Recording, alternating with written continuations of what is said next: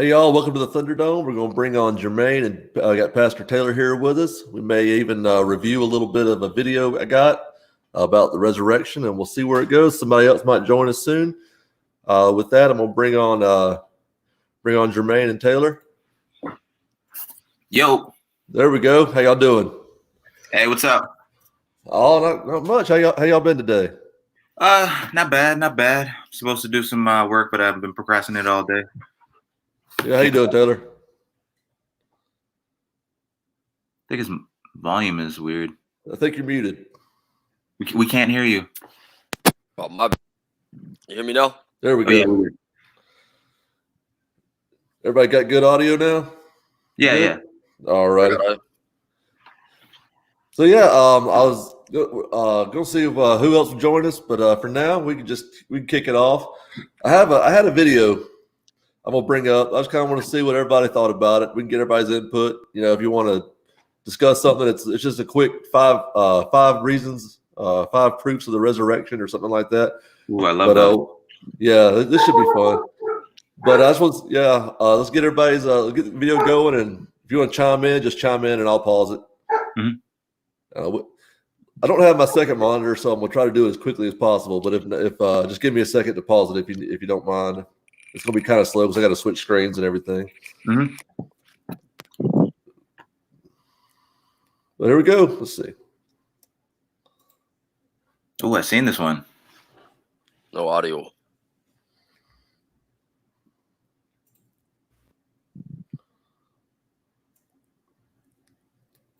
that better? We can't hear it.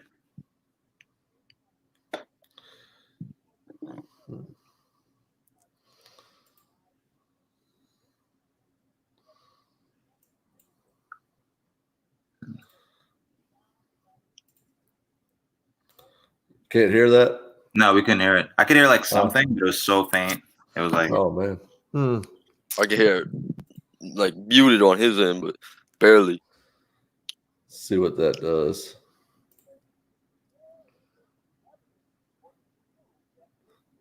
that any better? Nah, same for me. Nah, same. All right. Well, we'll kill that then. Why don't you worry about that then.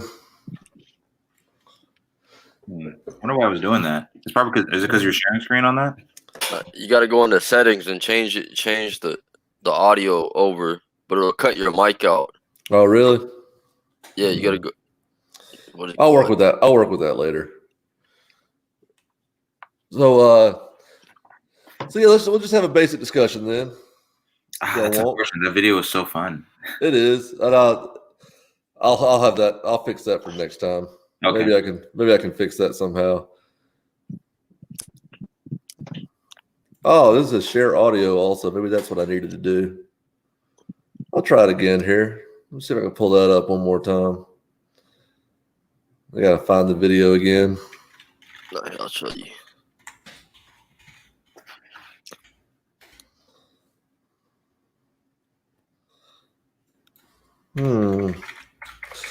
Such a good start. Such a good start.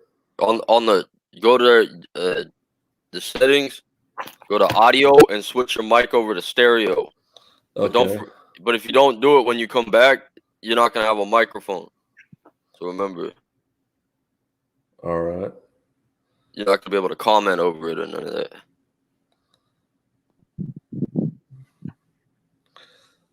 That's so crazy. I don't know. I can't pull the video back up now. That's weird. Well, try one more thing. Okay, I found the channel. The share screen didn't work on there. Let's see.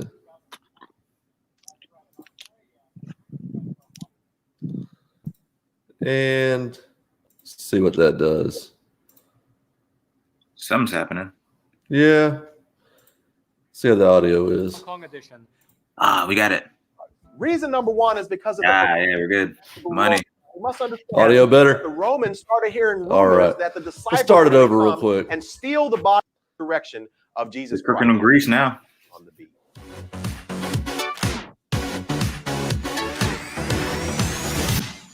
beat there.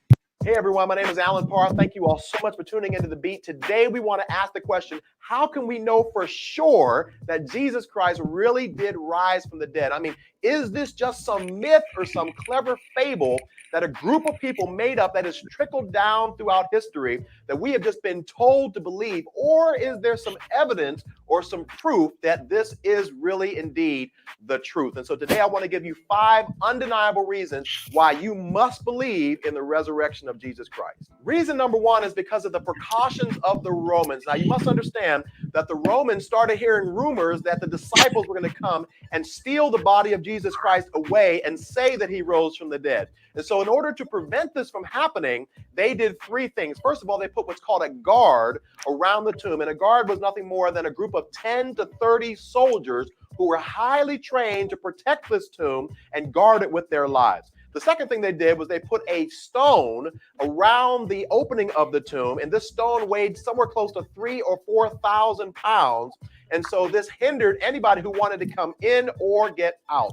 And then the third thing they did is actually put a Roman seal around this stone such that if anyone tampered with or broke this seal, they were punished by death. So to suggest, as some would, that the disciples broke in and stole the body of Jesus Christ and claimed that he rose from the dead would be highly unlikely, because here is a group of fishermen and tax collectors, and the Bible says shortly before Jesus was crucified that all of them were terrified and afraid and forsook Jesus and ran for their lives. And to think that this fearful group somehow got enough courage to break through a group of highly trained soldiers and steal the body of Jesus Christ is highly unlikely. The second reason is because oh man, you really got me by the stones there on that one. Your audio, you got to turn it back on. Sorry. Yeah. Yeah, so what about the first one then? You said he got you by the stones on that one? No, I was joking. Okay. I was about to say, really? Yeah, well, all right, I'll be Christian now. Time to do it. No, so Taylor, do you agree with that part, or what is that something? No. What problem do you see with it? Well, first of all, it wasn't the Romans. They went and told the chief priest and shit that they fell asleep at the tomb. So he's already got that wrong. Okay. So do you think Jesus was in a tomb though, right? Wait, who are you asking? Me or him? Well, Taylor. Oh, okay. He froze up a little bit. He didn't come back. One of the main things I saw though was this all kind of assumes that there was a tomb. Yeah, I think that was the biggest thing, because if you buy the story, then because basically saying he was like, well, there's the guards around the tomb, and then there was a stone at the opening, and then the seal of the stone. But then you got to buy that Jesus went into a tomb, which I don't know why we would assume that, because usually in those types of burials, they were probably like, Jesus might have been in a mass grave, and they could have just wrote later that he was in a tomb. So why do we assume that the story is true, right? Right. It's like this. So we have this undeniable proof, but it all hinges on that one thing that hasn't been shown to be true yet, too. Yeah. So to me, that's already you're assuming too much with that one. Yeah, I never understand why Christians have to, because in the story, it's like Joseph of Arimathea, like he was the one that was able to take the body and do all this stuff. But I'm like, why are Romans affording like because honestly, like I think people don't understand that crucifixions were really common at that time. That was like a freaking Wednesday for them. Everyone got crucified, and there was actually multiple different Messiah figures. So why are we assuming that Jesus was somehow more special than anyone else who was able to get these sort of things? Like, right. Yeah. Okay. We got Taylor. You back? Yeah. Taylor, yeah. Whatever. Okay. Yeah. So you do think that Jesus was put into a tomb, though, right? Yeah. And why do we? Because one of the things me and Jermaine said was that we kind of assume this all hinges on Jesus being put in a tomb in the first place. What reason do you think there is for that? That I believe Jesus was in a tomb? What? Yeah, that Jesus was put into a tomb instead of a mass grave, which the mass grave was the most common means of burial for people crucified at the time. Yeah. But yeah, I believe that. Yeah, like you said, that the rich man begged, and they bribed the guards to give Jesus' body to Joseph of Arimathea, and he put it in a tomb. I think he's saying that like because the Bible said it, that's what he's like assuming to be true. Well, yeah, I believe the narrative of the Bible. Yeah. But okay, well, I mean, we can go with that, but I mean, I think that's one of the things that kind of the problem we had with the first one he had there is this kind of assumes that there was a tomb to begin with. Yeah. And when he goes by it, he's saying, here's this part from Matthew, and this kind of corresponds to the same part from Matthew. Well, that's not really that amazing that one book would corroborate itself. Yeah. I mean, even in the internal consistency of the Bible, like, I mean, the tomb, the burial was different in each book, right? Like, well, the burial is the same, but like what happened afterwards is like kind of different in each book. So I think if there were so many crucifixions at the time, and they like if we assume that multiple people got many tombs, then there would be several tombs that we can find like around there. Like, I don't know why we're just guessing for this character all of a sudden. It's just like he gets a tomb because he's special. Like, no, he's not that special. Well, even if he was in a tomb, let's say that, and then the guy in the video is saying that it would be impossible for them to steal this body. But yet we see in all the Gospels, I believe, where women are coming to the tomb the next day. Yeah, and they're supposed to be granted access, and they're gonna. I mean, obviously they're planning on this. And there's this big stone there, so they were already planning on having to roll that stone away to begin with. How were the women supposed to get that stone out of the way if they were going to the tomb? Yeah. But I don't understand. Why is it that, like, okay, so all of a sudden we're talking about impossible and not impossible, but then like we're expecting to believe a book about like a guy who died and rose for 3 days. Now all of a sudden that's not impossible, but then they can't lift it. Like, I don't know. I feel like the internal consistency of what we're expected to believe and not believe is like crazy here. Like, why is that impossible? But the whole Jew rising in 3 days, that's a miracle, and that we can believe. But I mean, it strikes a lot of things strike me as odd about it, obviously. But one of the things that he brought up was that this stone was so massive that it was pretty much impossible for anybody to get it. So what were these 1, 2, or 3 women going to be doing when they got there? Who was going to move that stone out of the way then? So they weren't going there under the premise of there's no way. I mean, they would have known what type of stone was there before they went. Yeah. So if they know they can't move the stone, why are they going there? Because they're supposed to be going to tend to the body to, put the burial treatment or whatever they were supposed to be doing. And so if they're going there, they know that it's obviously they're going to be able to get into the tomb when they get there. Yeah. I don't know. So that's not consistent. Well, let's go on to the next one. Let's see what he said after that one. Of the faith of the disciples, we have to consider once again that right before Jesus was crucified, this group of disciples were cowards. But as soon as he rose from the dead, they all of a sudden turned into fearless preachers who were ready and willing to be beaten, burned, beheaded, sawed into two, stoned, crucified, and even being willing to risk their very lives. So the question we have to ask is, why would this group of people be willing to risk their very lives for something they knew deep in their hearts was nothing more than a lie? The third reason is because of Jesus. Man. We hear this a lot. We come across this one a lot, the die for a lie thing. Yeah, that's so stupid. There's two problems with the die for a lie argument, because one, people die for a lie all the time. Like, that's not uncommon. But then two, we don't know if the disciples actually died. We know that Christians later died, but we don't. I think people, they equate this original, like, are we talking the original 12 disciples? Or are we talking like people later, like, and they're just calling them disciples? Like, we don't have any information that any of the original 11, or sorry, was it 12, 11? I can't even remember anymore. But we don't have any information that they actually died other than church tradition, right? Some of them died for their beliefs, but martyred, like, we don't know. So they didn't die. I don't know. Like, it's die for a lie. I wish the argument itself would die. Well, you could die for something that you think is true. Yeah. I mean, I've no problem thinking that the disciples really, really believed that this was true. That's, I'm sure there's people that really, really believe that they saw Elvis. Oh, yeah.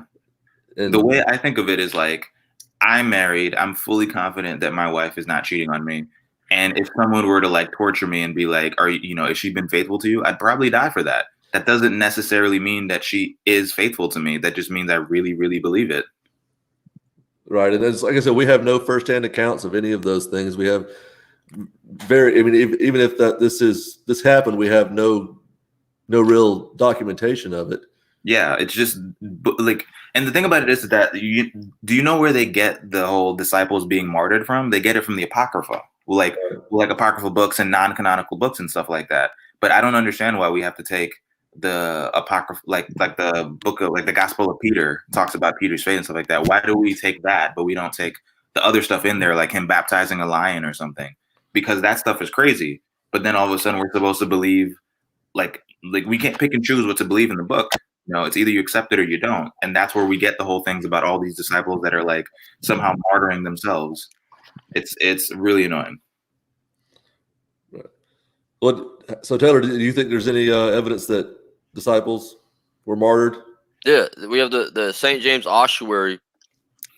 It's a first century stone casing, and it says James, the brother of Jesus. Now, there's nothing like that anywhere. That they would usually put, you know, the Hebrews by name. You know, it would be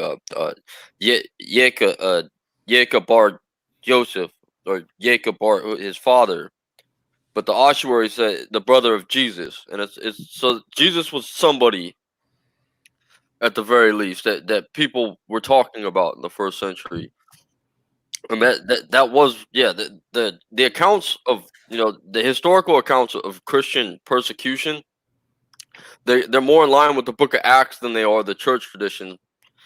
Because when we look at the historical texts, all the persecutions were very local.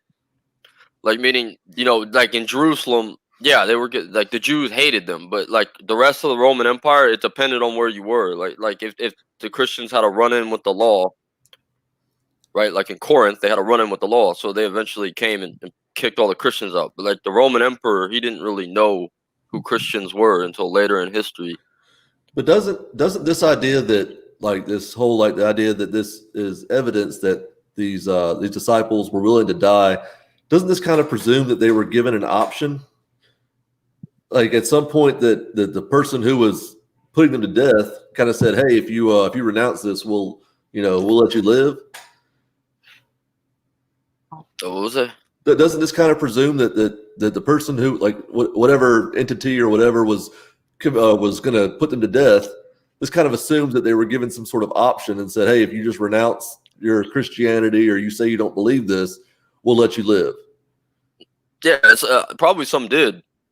Well, I mean, we really have no. I mean, if you can say they were martyred, but you're really kind of speaking to the intent of both the person or government or whatever, the person in charge.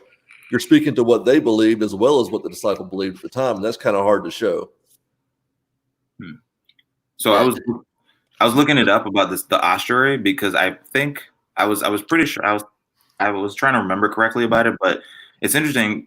The inscription on the ossuary, people debate if it's a forgery, even though the actual like contents of it, they're just like that's obviously true, but there's like a whole debate about it, whether like if that was added to the ossuary later or if it was just like there beforehand. So it might have been like a later forgery on there. But I don't think any of it matters because we don't know what that brother means. It could be like brother as in sense of Christian brother, or what that even means. We don't even know if James was martyred. We just know that he died, right?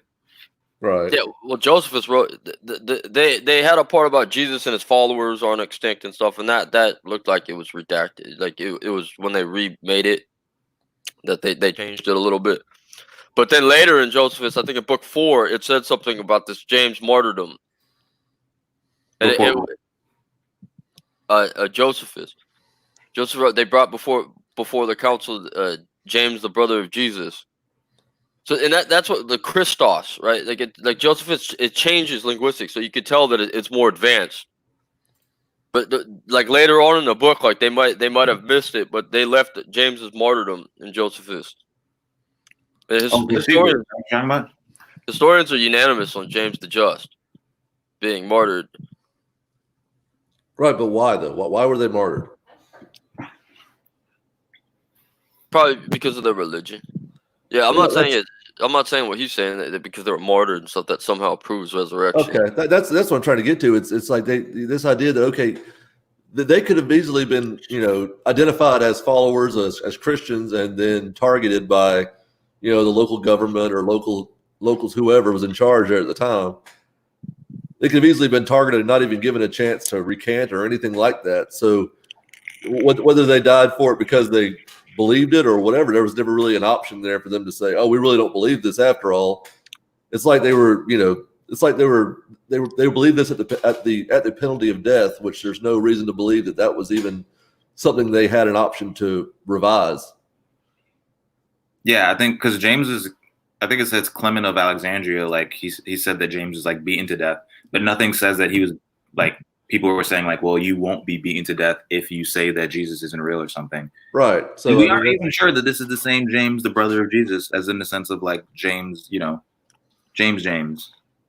Right. Let's see what number 3 is. Post-resurrection appearances. Perhaps one of the most convincing proofs is the fact that the Bible says that after his suffering, he gave many convincing proof that he was alive, and he appeared to them over a period of 40 days. The Apostle Paul goes on to say that at one time, Jesus appeared to over 500 people at one time, so much so that when he was writing this letter, he essentially told his readers, hey, if you don't believe me, you don't have to take my word for it. Go and speak to the people who saw them for themselves, because most of them are still alive today. Yeah, go and speak to the people. Yikes. We're not even going to give their names, though. My God. Go talk to those people. Yeah. Who are they? No, the people over there. Hey, John, I have this book. I have this book that says that you robbed a bank, and 500 people totally said you did it. I'm not sure who those 500 people are, but they quit it. I was like, what? Like, the book says it's like 500 people said it. Like we don't know who are these people. None of them wrote it down. None of them wrote this book down. So what about that, Taylor? What do you think that's at all like that? The 500, the post-resurrection appearances. No, what do you make of that? So far, this is just saying that if you believe the Bible, right? If it's already presupposes that you guys believe the Bible. So if you read the Bible, it says Jesus resurrected. I don't know why it just doesn't point you there. Well, I mean, basically that's what he's saying. Is like it's. Yeah, I don't know why he just go look. The Bible says that Jesus resurrected, so that's all the proof you need. This is definitely just using the Bible to prove the Bible. Yeah, I think that's what it is. What is the title of the video again? It's like 5 shocking proofs of Jesus' resurrection. This is not shocking. I don't think he knows what a proof is. I don't think he knows what shocking is. That's not. The first one he got wrong. He said that the Romans sealed the tomb. No, it's the Pharisees. They went to the Pharisees and said, "Hey, we fell asleep and shit." Right? The stone rolled back, so they came and rolled the stone. I mean, come on.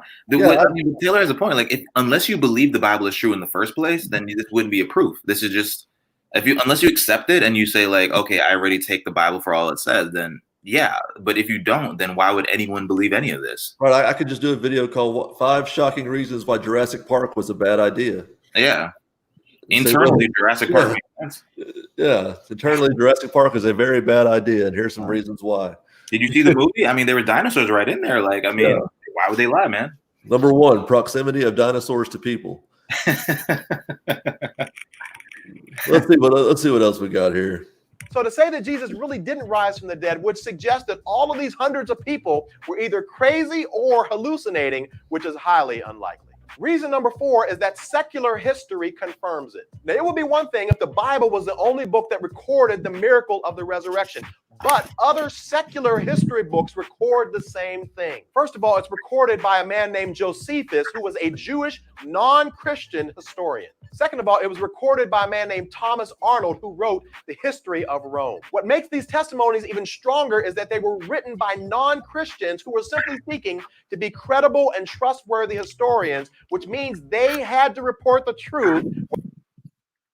Okay. Oh, wow. Okay. I think this was his first attempt to actually show a proof that's outside the Bible. Right. I commend him for trying. He tried. Yeah, he gave something there. He gave something. So we know Josephus just says, hey, there's these people that believe this happened. Yeah. A lot of people try that. They'll talk about Josephus. They'll talk about Pliny the Elder, I believe. They'll talk about the Younger, right? And then, about Alexandria. But the thing is, like, they don't talk about Jesus. They talk about the movement, right? So that's the same thing as me saying, like, okay, I knew about people who really believed Muhammad, cut the moon in half or something. But that doesn't mean, like, Jesus himself, nobody was around when Jesus was alive who wrote about Jesus. Right. There's a lot of these Scientologists walking around who say that, this and this is real. And you can accurately report on what people believed. Yeah. That has nothing to do with what actually happened. Yeah. I could write a book about flat earthers. I could write a book about Scientologists. I could do all of these things. Yeah. And it's not gonna strengthen the case one bit. Yeah, you're writing about the people that believe it. Which is interesting though, because I mean, I think that like, which book is it? I think Luke doesn't even claim to be eyewitness. Luke says we heard it from someone else and we're just recanting it. So even the Gospels themselves, not all of them are. I don't think none of them are eyewitness, but they don't all claim to be eyewitness. So Josephus, he writes about a Jesus, and a lot of people think that it could be another Jesus because Jesus, it was not an uncommon name. So there's another Jesus that's walking around doing a lot of the same things. And Josephus writes about him, and sometimes the two get a little bit mixed up in there. But Right. that like Josephus is like I don't know, like following him around, writing about it. I'm like, nah, he's not doing that. He's just saying like there's this Christians and they really believe in this guy. And some of it is even forgeries on Jesus. Like some of the parts where Josephus refers to Jesus as the Christ, like he doesn't do that because he's a Jew. He doesn't believe in it. So forgeries were crazy at the time. So you have to really take everything you hear at the time with a grain of salt. Right. So Josephus didn't even believe this actually happened. He was writing this to just reflect that there were people that did. Yeah. It was an attempt though. He tried on that one. Yeah. I never heard this one that he wrote. I wrote it down. The Thomas Arnold, The History of Rome. Have you read that one, or what is that? I'd never heard of that one. Yeah, I wrote that down to see what that one was about. I don't know. I feel like I'm gonna hear that apologetic at some point. Is there there's a secular historian that wrote down that Jesus rose from the dead? Was there? Is that what he said? I don't know. We'll go back and I'll see what he said. Had to report the truth, whether they like historians, which means they simply seek testimonies even stronger as they wrote the history of Rome. What makes these testimonies even stronger is that they were written by non-Christians who were simply seeking to be credible and trustworthy historians, which means they had to report the truth, whether they liked it or not. More recently, people like Frank Morrison, Lee Strobel, and Josh McDowell, all professed atheists, sought out to disprove the reality of the resurrection, thus proving that Christianity was nothing more than a false religion based on a myth. But as they dug into it and researched it more and more, they found that it was the undeniable truth, and eventually all of them converted over. So annoyed by that. So, okay, fun fact. When I was dating my wife, I got her that book, The Case for Christ. And we both read it because we're Christians and, we were all trying to do this whole thing.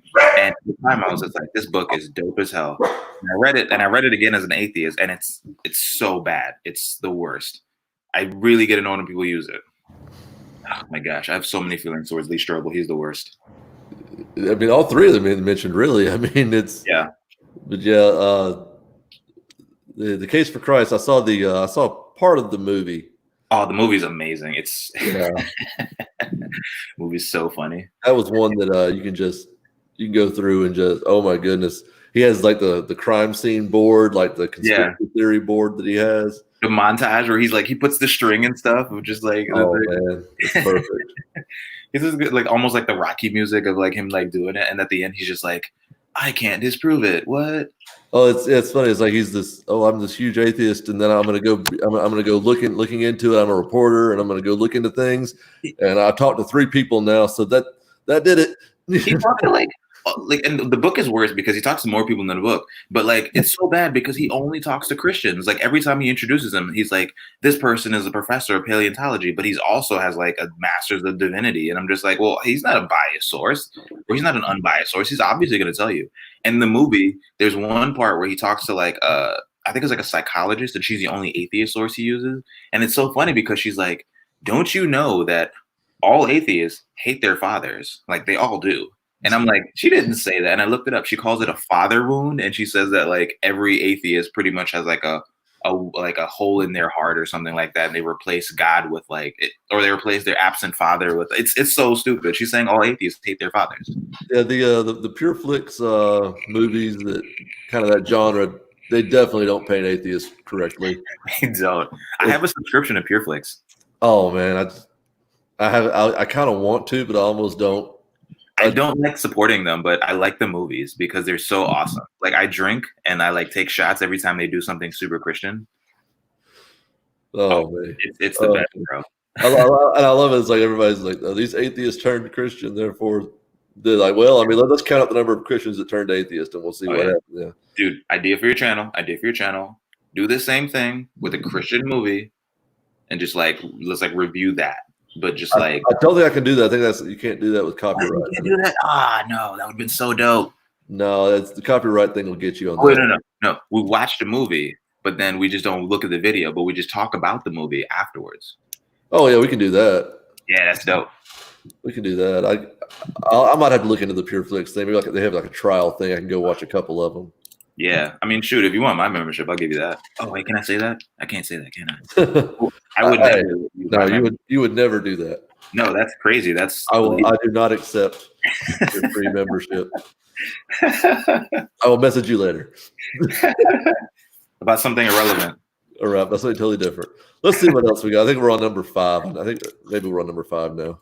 To Christianity. And reason number 5 was that the missing body of Jesus Christ was never found. If Jesus never rose from the dead, then that means that his body would have still been in the grave, which means that all the Romans needed to do was simply reproduce the body of Jesus Christ, and then they would have settled the lie that Jesus rose from the dead, thus destroying Christianity forever. But the very fact that they could not reproduce the body is proof in and of itself that this miraculous event did occur in history. Okay, real quick. Dang. So right. He won. Yeah. He got one. That's what that was one. He made the final. He finally made a good argument. If Jesus died, where's his body? That is probably the only argument that like he actually is. I mean, you have one. That's the only one he's trying to make a proof out of. If Jesus died, where's his body? Yeah. As in right now? No, there is historical evidence of Jesus. There's no body for Jesus. So do we have evidence that he ever died? What about if he was in a mass grave though? Yeah, there's still be somewhere to go because we know where Golgotha, right? They described it in the Bible. We found all the places that. I mean, we found a mass grave. We just don't know who the bodies are. So, like, if it was in a mass grave, then we would not be able to identify Jesus. Okay, so let's say that there was a soldier that died in the Civil War, and they, that missing in action or whatever, body was never found. Are we to assume that person's still alive? No, because there's plenty of people that we don't have bodies for and shit. Okay, that's my point. That's the same thing, yeah. But it's an actual argument, though. No, it's an argument. It's not a good one. It's a bad one, yeah. I mean, I can make an argument for Christianity. I can't. Yeah, there's a million reasons why there wouldn't be a body there. There's plenty of... and it's like so if the Romans could have just produced this body and put everything to rest. There was nothing to put to rest at the time. Christianity wasn't a thing at the time. Christianity was such a little tiny thing that the Romans, they would not have thought to like. They were just like, it's like a little. Like you crucify this guy, and then you have his followers still saying like, "Oh yeah, he's alive." First of all, if anything, that should show that Jesus is still dead, because the Romans would definitely have been like, "Yeah, no, like they would have to go back and show it, right? They would have to go back and be like, "We literally killed this guy." But if they thought it was that insignificant, like, and they didn't even think it was worth even like responding to. Right. Well, okay, let's take this. Let's bring this into 2020 and say that this is happening now, and let's say someone's on death row and state says we killed them, and well, what happened to them? We can't produce the body. Okay, so we're just going to believe that they're still walking around. Well, no, here's the video of them being lethal injection and everything, and okay, but where's the body? If you can't produce the body, then that means and the thing is, you might say, okay, you can't produce the body, that means you never killed him, he never died. But it's different if we're saying, okay, you can't produce the body, that means he died and now he came back to life. Yeah, that's a leap to make that assumption on that. Right. So, I mean, it's at best you could say, well, if you can't produce the body, that means you never actually, he was never actually dead. Yeah. It's weird. And then you got to remember, like, Christianity was just a cult of other cults. So, like, to us, like, the Christian, I don't know. I think Christians nowadays think that like Christianity was as popular as it is now. So like, it's not like there weren't other cults that also didn't have followings with their. I mean, other people could have been saying like, oh yeah, no, like our guy, he's totally living too. I mean, right. Like the fact it's in Rome. How many of these Roman gods are dying and coming back all the time? So like, why would the Romans be like, I'm really gonna like try to justify this thing? It's just a small little cult. It didn't even gain popularity until like Constantine made it like the official, like, you know, religion of Rome or whatever. Yeah, I don't think the Roman emperor was really big on like squelching the assertions of a small group of people whenever. Yeah, let me go get this for these people so that we can put this to rest like it mattered. I mean, it wasn't it wasn't on their agenda at the time. There was no reason for it to be. Yeah, there's no internet. It's none of like that. It's just a bunch of like people that are saying it. Well, that's also why we don't see like, you know, NASA making a mission to the, you know, into space every time a flat earther posts something on Facebook. Yeah, it's more. It's like more time to do that than it is just to leave it alone. Like you hope that people would just be like, "Come on, this is stupid. What are we doing here?" Yeah, that's kind of one of those. It always kind of helps me to kind of say, well, what would that look like today? You know, what can we and even now, well, like I said, we have social media, we have these things where information spreads so much more quickly. Yeah. And you said if every time a flat Earth group posted something saying, "Hey, this is, you know, Earth is flat," NASA goes, "Oh, now we got to help another flat Earther. We got to go get a space mission together. Yeah, we got to go, you know, take some people with us so we can prove it." Because it almost validates the argument when you like take it on. Like even if it's stupid, like if you actually respond to it, then it validates it in some sort of way. Like it's like, oh, look at that, they actually are taking the time to disprove it. But why would you need to if it's something that's that trivial? You know, because I mean, even at the time, Christianity was, it was a very small group of people, and then like they were scapegoated later with like, you know, other crimes and stuff like that, which was unfortunate, but like it wasn't really taken very seriously. So I don't know why people assume that the Romans would take them on. They're probably worse than flat earthers. There's more flat earthers now than there were Christians at the time. Oh, absolutely. So Taylor, you obviously believe the resurrection happened, right? Yeah. So you don't think any of those 5 reasons he gave were really any good? Maybe the last one the last one could make an argument, but there's an argument that could. So what do you think is the best? What do you think is the Jesus, best argument? That last one. There's probably an argument against it too. Like you know, we don't have a body for Alexander the Great. We don't have a body for a lot of people in history. But yeah, there should have been something so different. Like Jesus, they were probably superstitious back in the day, and there was a guy that was like walking on water and stuff. So when that guy got crucified, they're probably like, yeah, let's fucking leave guards at the tomb. That's a believable story. They didn't want they said they didn't want his apostles to come get the body. Hey, I gotta go charge my computer. Give me like 2 seconds. Yeah. But with the, you know, the Romans, right? They said like that, you know, in the Bible it says like, well, one guy believed and shit, and a couple of them believed. That's likely that they were very superstitious and shit. And would have been like, no, man, like when we kill him, the gods might bring him back and shit. They're like demons. They believed in a lot of weird shit back in the day. Okay, so what do you think is like the best? And just those 5 aside, the video we watched aside, what do you think is the best reason to believe it? The best reason to believe it because you've been convicted by the Holy Ghost. You can't. There's no way to just fucking convince people that Jesus resurrected. So outside of some personal revelation, you don't think there's any good reason to believe that Jesus resurrected? No, because say he was able to like go, look, this is proof of the resurrection. It's all natural and scientific and shit. Then you go, well, hey man, there might be another guy that does that. There might be a secret. According to the Bible, there was. Huh? According to the Bible, didn't Lazarus was brought back from the dead too? He was just wasn't taken down to the underworld. Jesus went to hell and shit and came back. Lazarus was still in his body when he came back. He died eventually again. You said Jesus went to hell? Jesus went to hell when did he go to hell? He went to hell on Saturday. Really? Yeah, that's what the book of Revelation said. He went down and conquered death and Hades and shit and came back with the keys in his hands. Oh yeah, Revelation, the one book of the Bible I didn't read. So you think it's trippy. So you've said, I've heard you say before, you think the Bible is all literal, correct? Yeah.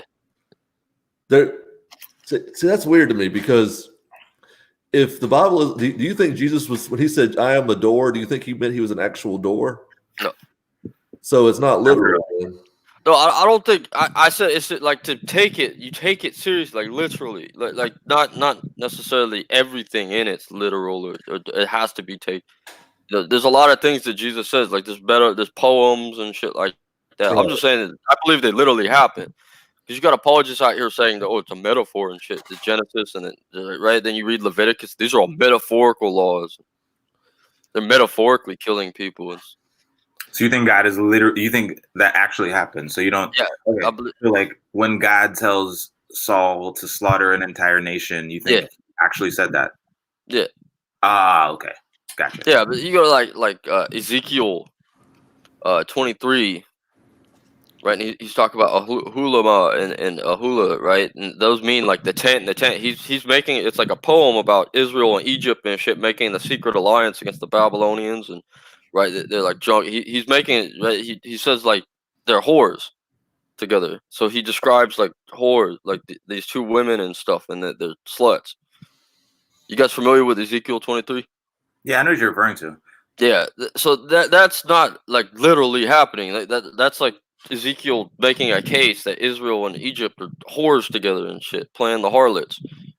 Yeah, but that's not literal anymore though, because Right. they're using a personification of it. So when you say you're a Bible literalist, you just mean that you think all the events actually happened, not necessarily the language is literal.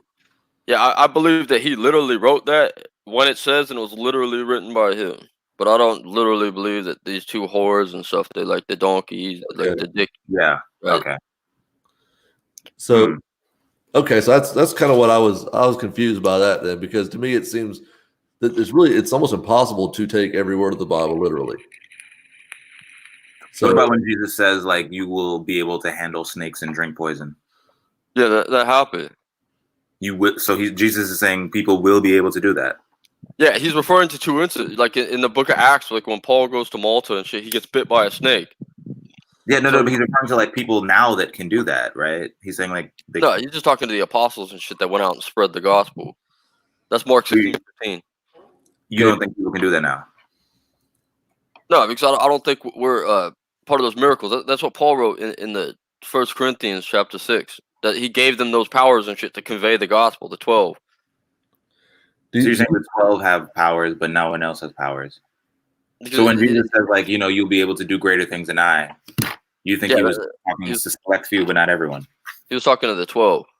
Oh, okay. Because Jesus was just sitting there, he was just preaching to Israelites and stuff, and then like, he had 5,000 at one point, and then by the time he was crucified, he only had his handful of 12 again. Remember, they were all telling the same people were saying, "Kill that guy, kill them," the whole multitude. So, like when the apostles went out, they actually got everybody to fucking believe. Jesus was doing miracles and shit in their face, and then the apostles was just going out and like a miracle here and there, and they're right. So, do you think miracles still happen?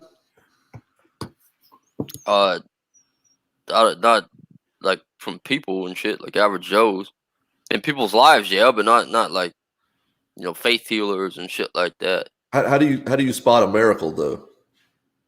How do you spot a miracle? Right. It's subjective. Then, Go ahead. there isn't really. If it's subjective, then there could be no miracles. Correct.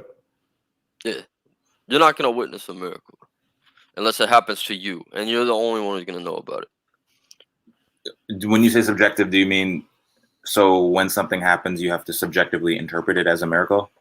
Yeah, for instance, yeah, because there's not gonna be a fucking guy and shit performing miracles on stage unless the Bible goes. So something happens and then you subjectively interpret it as a miracle, but then I subjectively interpret it as just natural. Which one of us is right? But if I witness a miracle, so let's say Bob has cancer and it goes into remission and you say that's a miracle, and I say no, that happens all the time. Was it a miracle or not? Which one of us is right in our interpretation of the events? it's not a miracle at all because we know that cancer goes into remission. So what is a miracle? A miracle is something that cannot be explained by science. Otherwise, it's not a miracle. Cannot be explained by science. Yeah. Okay.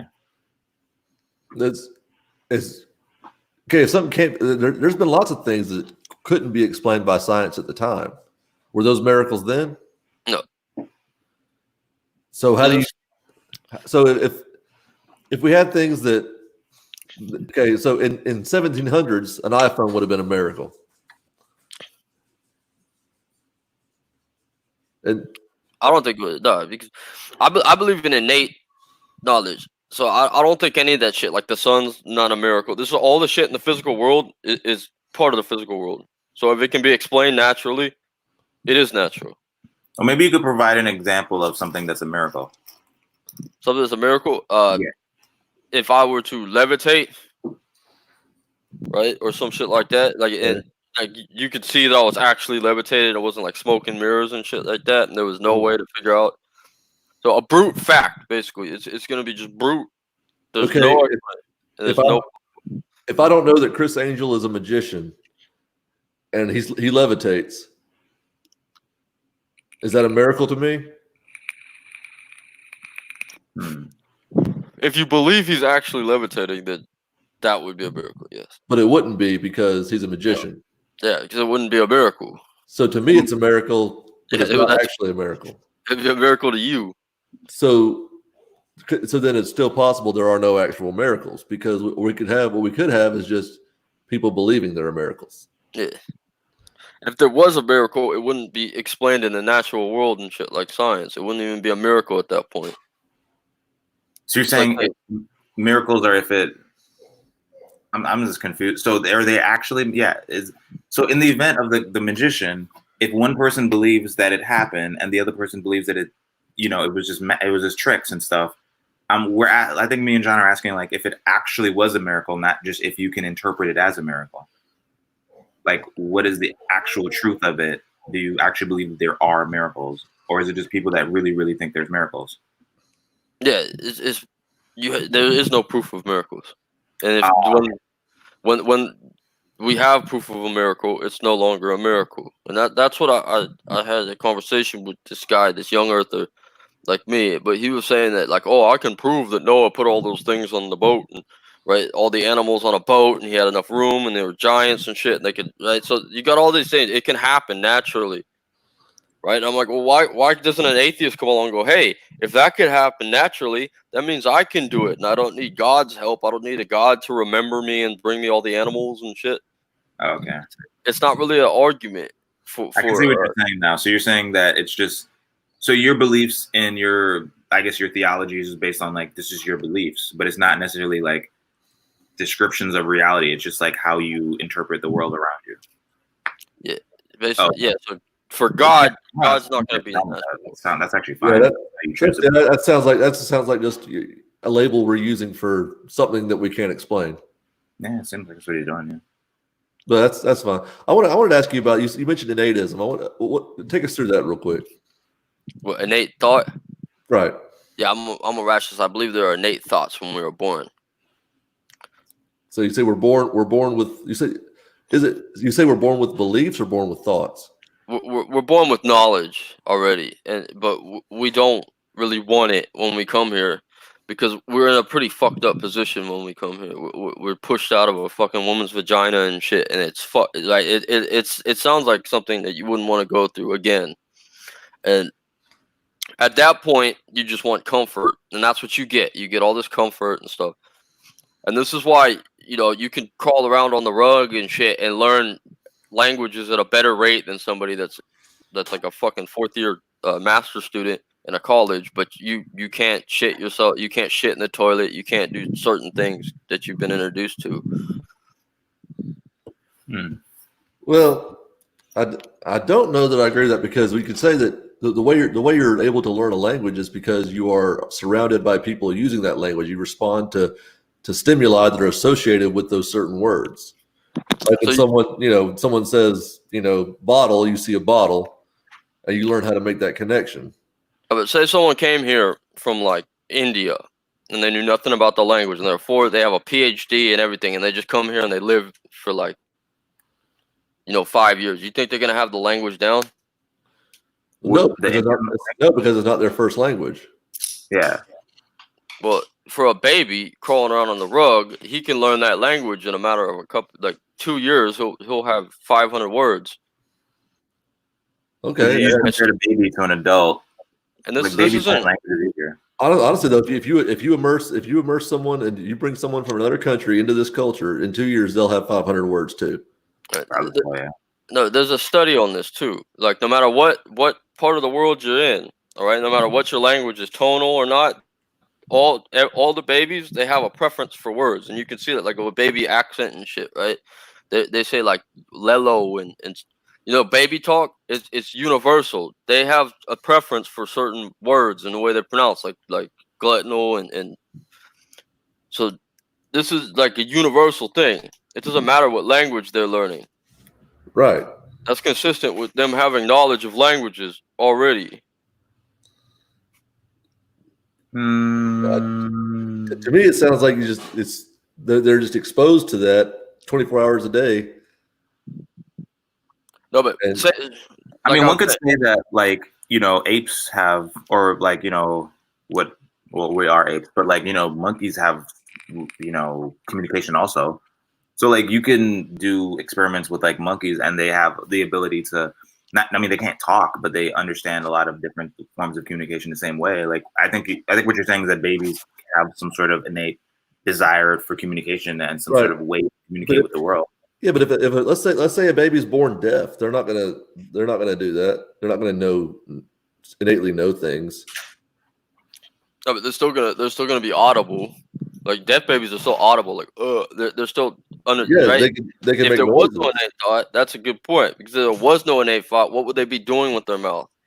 If they hadn't heard anything. Are you saying language is innate? What is the innate part of it? Well, not the language itself, but the way that they learn the language is consistent no matter where they are. And there's different languages too. Like there's in China, there's a tonal language, so they're going ha ni ha ni. Yeah, but that just means our brains work the same. We respond to outside stimuli.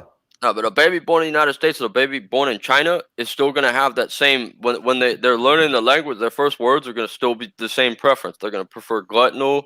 They're going to have the same baby accent. That's because so if you had a baby who was Japanese, but then that baby was adopted to an American family, do you think that baby would still have a preference for Japanese words or not? No, they'll still have a preference for the tone, the language. With the tone of Japanese or American. It doesn't matter what language they speak. That's what I'm saying. When you've seen a baby pronouncing words and stuff, and they have an accent, kind of a baby accent. That baby accent is linguistically consistent no matter where the hell you grow up, right? It eventually comes into you. Eventually start speaking the language, but babies have a vocal preference. They're all learning the language the same way. Right. I agree with that. We all learn the same way. We're all humans, so we all kind of share the same, chemistry in our brains and everything to an extent. Yeah. Like if you're going and saying babies communicate the same way, then yeah. But I mean, that's just because we're all human. I was looking at the study that said that babies cry in their native language. So I think if anything, that shows that in the environment is a heavy factor of where what you're going to end up, how your accent's going to be or something like that. So if you have a German baby, they're going to cry, but it's going to sound, the tone is going to be a little German versus an American baby, which is really weird to think about. Yeah, I don't know how you cry in an accent. That's weird. Yeah, it's weird, right? But if you look up the study, it's so strange. The way they cry is it's very different. But I guess it makes sense because I guess it's how you hear the accents and stuff like that. I don't know. I mean, I'm not. I guess what I read on innateism was that it's kind of it's somewhat that you're born with certain thoughts, and I didn't really understand that part. If you could is that something that you think is right, that you're born with thoughts? You're born with some kind of innateism. Is that what it's called? Right. Yeah. I'm gonna look that up. I'm an innate. I'll show you. This is a video that kind of covers baby linguistics. Babies they don't know how to do anything in the world, but that's one thing they're prepared for to do is learn a language. And that's consistent no matter where the baby's born. And the way linguistics work and shit, there's words and shit that we can't pronounce in Chinese, and there's words that they can't pronounce in English. But as babies, they would have learned how to pronounce those, like right, until they developed that audible out of it. But as babies, that wasn't the case, because when they were learning that language, they already had an accent, unique, like a baby accent, and it was that accent was universal. So they're just that they had a baby human accent. How would you tell the difference in someone that in a baby that is just learning things as it goes versus a baby that's born with this? A baby's not learning how to pronounce like ooh, right? There's that's one of them. That babies don't like to ooh sound. It is. Babies like well, no, babies are trying to mimic what they hear. It's like a parrot. A parrot will try to mimic the sounds it makes, the sounds it hears around it. And babies are just trying. It's interacting. They learn how to interact with their environment. They're hearing sounds. They realize they can make sounds. Once they realize they can make sounds, they start trying to reflect the sounds that they hear. To kind of, you're getting comfort. It's the way they're going through a process of almost independent verification, trying to say, "Hey, I hear you saying this. I'm going to try to say it. Am I saying it the right way?" And then, of course, you give them, a little props. You say mama, say dada, and then they try to say it back to you, and it gets better and better. And then that's just kind of how they're hearing things. They're trying to mimic those back and and so they can get confirmation that what they're saying is aligning with what they're hearing. So I looked it up. So it says that innatism is like, because I'm not seeing much on language in this, but I'm seeing that it's saying that babies are basically born with like some sort of innate truths, like ethical truths, causality, good and evil. That's what I was trying to get to. And then like metaphysical truths like God and souls, and then also like avoidance of hazards. I don't know how you would prove that though, like because I've been around kids and some of them don't know these things. Like you have to teach them a lot of this. So I don't know how you would show that babies have innate knowledge of good and evil. I mean, I know some really evil children. I don't necessarily believe in good or evil. I believe babies started out, ignorant of both, and then they kind of got coerced. Because that's why you don't remember the shit. Being a baby, even though you were able at that point, from that point on, you were able to learn a language at an advanced stage, you still can't remember anything that happened during that time. The only thing on this list I would agree with is probably just the notions of it's kind of like God and souls, but not really, because I think that we naturally want to personify events, but that doesn't mean that there's a God. But I think because if you ever if you talk to a child and you ask why does it rain, a lot of times they'll make it about themselves because they don't have they can't differentiate between themselves and the world. So why does it rain? Oh, because it's to make me happy, or because I'm sad or something, or why is there flowers to make because I think it's pretty. They can't differentiate. So a step further from that would be thinking that there's a God making it so. But that's not necessarily a God belief. That's just personifying events. So that's just kind of how, weather is making it something cause the weather. But I don't know how you would show that babies naturally have these thoughts other than. We tend to reinforce those ideas that treat children like they're the center of the universe when they're born. Yeah. So for them to think that things are about them or things that somehow tied to their existence, that's not really that amazing. So yeah, I think people confuse that with God beliefs, but it's not really God beliefs. It's just children that they can't separate themselves from the rest of the world. Right. And then causality, I think some of these are just evolutionary. So causality, we evolved to think that way, right? How could we not think that events have causes of just this causes this causes this? I don't know how we would not think that way. And then avoidance of hazards, which is just that's just, anyone could. We don't want to die. I think that's innate if you're thinking about it. I don't think children are born with that at all either, because we have to constantly tell kids not to touch things. We have to constantly move things out of their reach. I guess that's true. Yeah, they put things in their mouth all the time. If you leave, if you have a kid, something's going in their mouth. whatever they get their hands on. So I mean, it's not. I don't even agree with that part.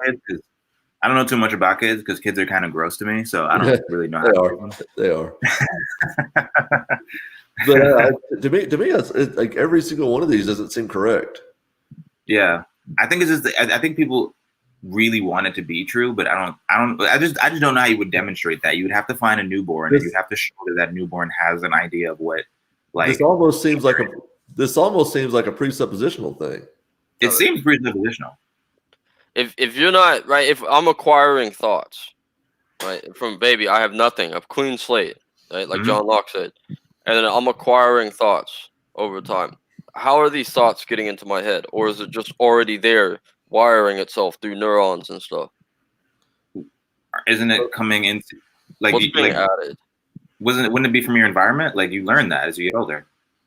Right. Yeah, all that stuff's already in my head, right? It's just wiring neurons around and stuff like that. The ability to think is in your head, not what you think. So I have to gain, right? I'm gaining information from the outside, but nothing's actually going into my head. It's already there. It's just being wired around and chemical reaction, and then it's hardwiring. Like, do you think that thoughts occur in the womb? Huh? Do you think thoughts occur before birth, like in the womb? Yeah, except for I don't believe that. Like when you're in utero, you know what's about to happen. You're just thinking about random shit like therefore, but you actually know about equal and you know about greater than, lesser than, and you have all this knowledge. But when you get spit out into the world, you're like, what the fuck just happened? And you have to learn that. Wait, did you say you know about mathematical operations in the world? Yeah, because I can show you that's wrong because I mean, you take a kid and you have like this. You remember the popsicles that used to have the two sticks on the bottom? Do you remember those? Yeah, they had two sticks come out at the bottom of them. Yeah, you could take that popsicle and you could give it to. They've done experiments with this also. You could take that give that popsicle to one kid with still attached, still together, and you could take it and you can cut it in half and give both those pieces to another kid, and the first kid will think you gave the other one more because he has two. Yeah, he has one in each hand, and he's going, "Wait a minute, I've got this hand. This guy's got two hands with a popsicle." They think that's more, so they're not really they're not cognizant of what is actually going on there. That's why I don't have kids, man. It's a simple project. I mean, you should be able to know that. It takes two more than one? In that case, no. So you got two halves. Two halves is one. Yeah. That's a mathematical two halves. He has two things. That's a mathematical. He has two items, but each item is a half of the other item you're comparing it to. So you say you break two popsicle sticks, or break one popsicle stick in half. Oh yeah. You hand it to him. How many popsicle sticks are there? Now you have two halves because neither one is a popsicle stick. Now you have a half of a popsicle stick in each hand. But they still know 1 + 1 = 2. No, they don't. They think they see that that's two, and you put it together and it's one. They don't understand. They don't understand the concept of this is the same amount regardless of how you divide it. Well, how do they know 1 + 1? You can think of it because you're not a child, but they don't think it that way. Right. They just don't understand that that's called a half now. That it's still one popsicle stick. Right. Kids don't even do fractions until they get into second or third grade or whatever. I mean, they can't conceptualize that. They can't conceptualize, because there's regular math, right? Or there's regular there's calculus, but then there's like discrete math where everything is like a separate thing, right? So if I have one chair and I divide it into two, I don't have a chair anymore, even though it's half of it. But because that's discrete math. You can break a chip and you have two chips, but you can't break a chair into two chairs. Right. You can't break a computer into two computers. That's real. Kids can't conceptualize that of what is discrete and what's not discrete, of like being able to do those objects. I can't break a phone and still have a phone anymore. I just have a broken phone. So what John is saying is that they can't differentiate between one popsicle stick and two still functional sticks that it's half of it, but they're still functional. They can't compute that. Yes, I don't see how you could show that kids in the womb have some concept of math like that. In fact, if so, when they're born, they lose that. It would seem. You would have to have them born and then put them into a class and then see how they do. Like you'd have to do some sort of test on them, but then they're newborn, so I don't know how they would ever like be able to do that test. You guys know geometry? Somewhat, yeah. I hope so. I'm an engineer. Oh, you definitely know it. Oh, you know, all right, do you know how to make a square? You know how to make a 2x2 square into a 4x4 square? A 2x2 into a 4x4. Yeah.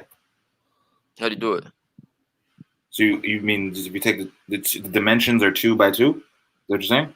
Yeah, 2x2 squares. We got a 2x2.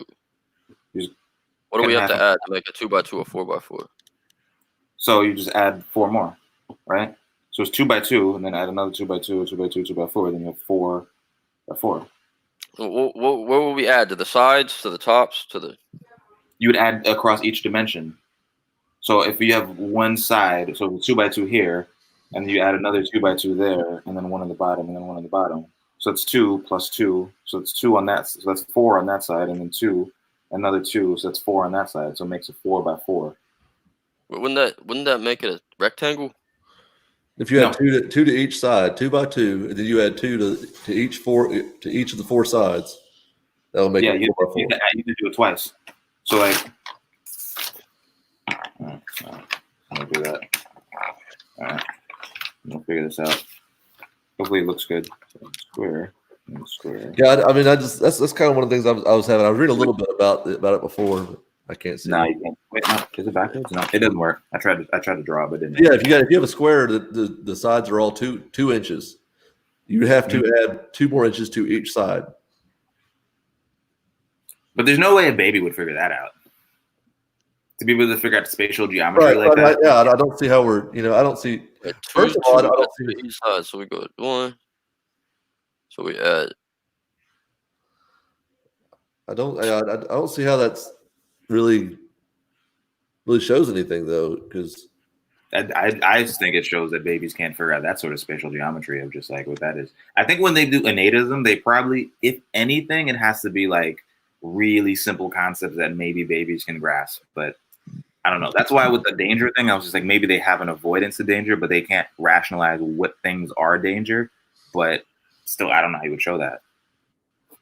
I mean, they don't. I would say that the babies, maybe they have an aversion to things that are like loud or, because maybe things that hurt their ears. But obviously, if you pinch, never do this, obviously. But if you're like pinch a baby, it's gonna cry. It's gonna some kind of assistance. But it doesn't. I don't think it really it knows how to avoid things, because we see babies that have to be watched and monitored closely, or else they will hurt themselves. Yeah, they will kill themselves if they are not careful. Yeah, that's kind of the whole point of like why we have to take such good care of them, is because they're a danger to themselves. I was babysitting my cousin one time, and she kept putting her hand on the stove, or she kept going near it, and then she touched it and she burned herself. And then it wasn't a bad burn, but then I ran it under water and stuff like that. And would you believe that little child went back to that stove not 1 hour later? And I'm just like, you just got burned. How are you going back to the thing? That makes no sense to me. Well, they can't extrapolate that connection. They can't extrapolate that a causal connection between the two. So I really don't see how there's any. Don't go back to the thing. Yeah. No, but that's the world. They're trying to learn this world. Right, but it doesn't happen. It doesn't happen before they're born. Well, then why would they try to learn this world if they didn't know anything about it? That's what the brain does. The brain tries to figure out the best way to navigate. It's a survival instinct. Yeah. People go to college to learn. They're like, I'm going to college to learn about this. When a baby's here.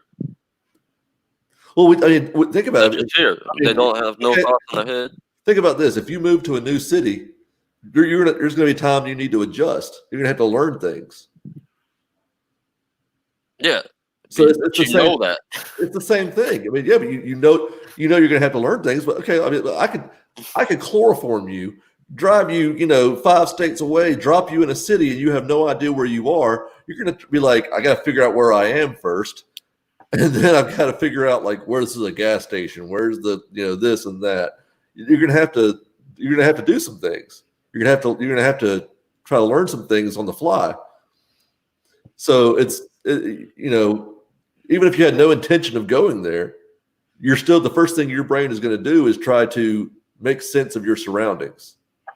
Yeah, that's. But there's a baby sitting on the floor, like, well, my mom's tits aren't out, so what am I gonna eat?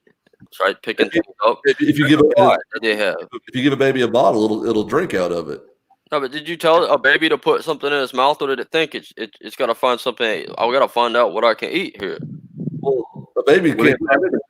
They don't. They just can't find out what it's going to eat. A baby can't just go get its own food. If you leave a baby sitting there, it's going to starve to death. Yeah, they're going to put things in their mouth because that's just how they interact with the world. But they're not doing it consciously to be like, I'm eating now. That's why they can't eat solid food, because they don't know that they haven't figured out how to chew and consume it yet.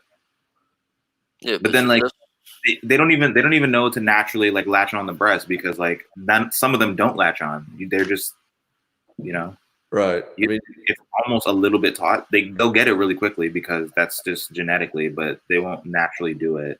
They're not like, oh, I know that this is food. They just know like something. This is sustaining me. I don't know.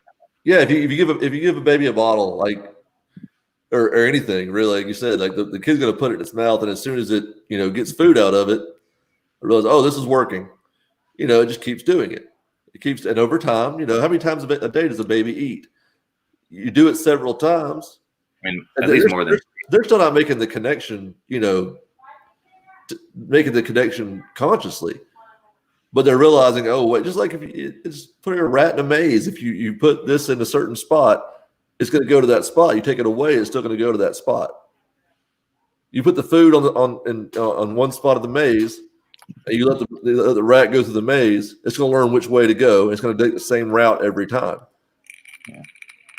I think the hunger is innate. So if you're going to argue for innatism, I think you could say like babies are innately hungry, but they don't know what to do with that yet. Right. You can put a hungry baby in the middle of a room with nobody tending to it. It's going to starve to death. No, yeah.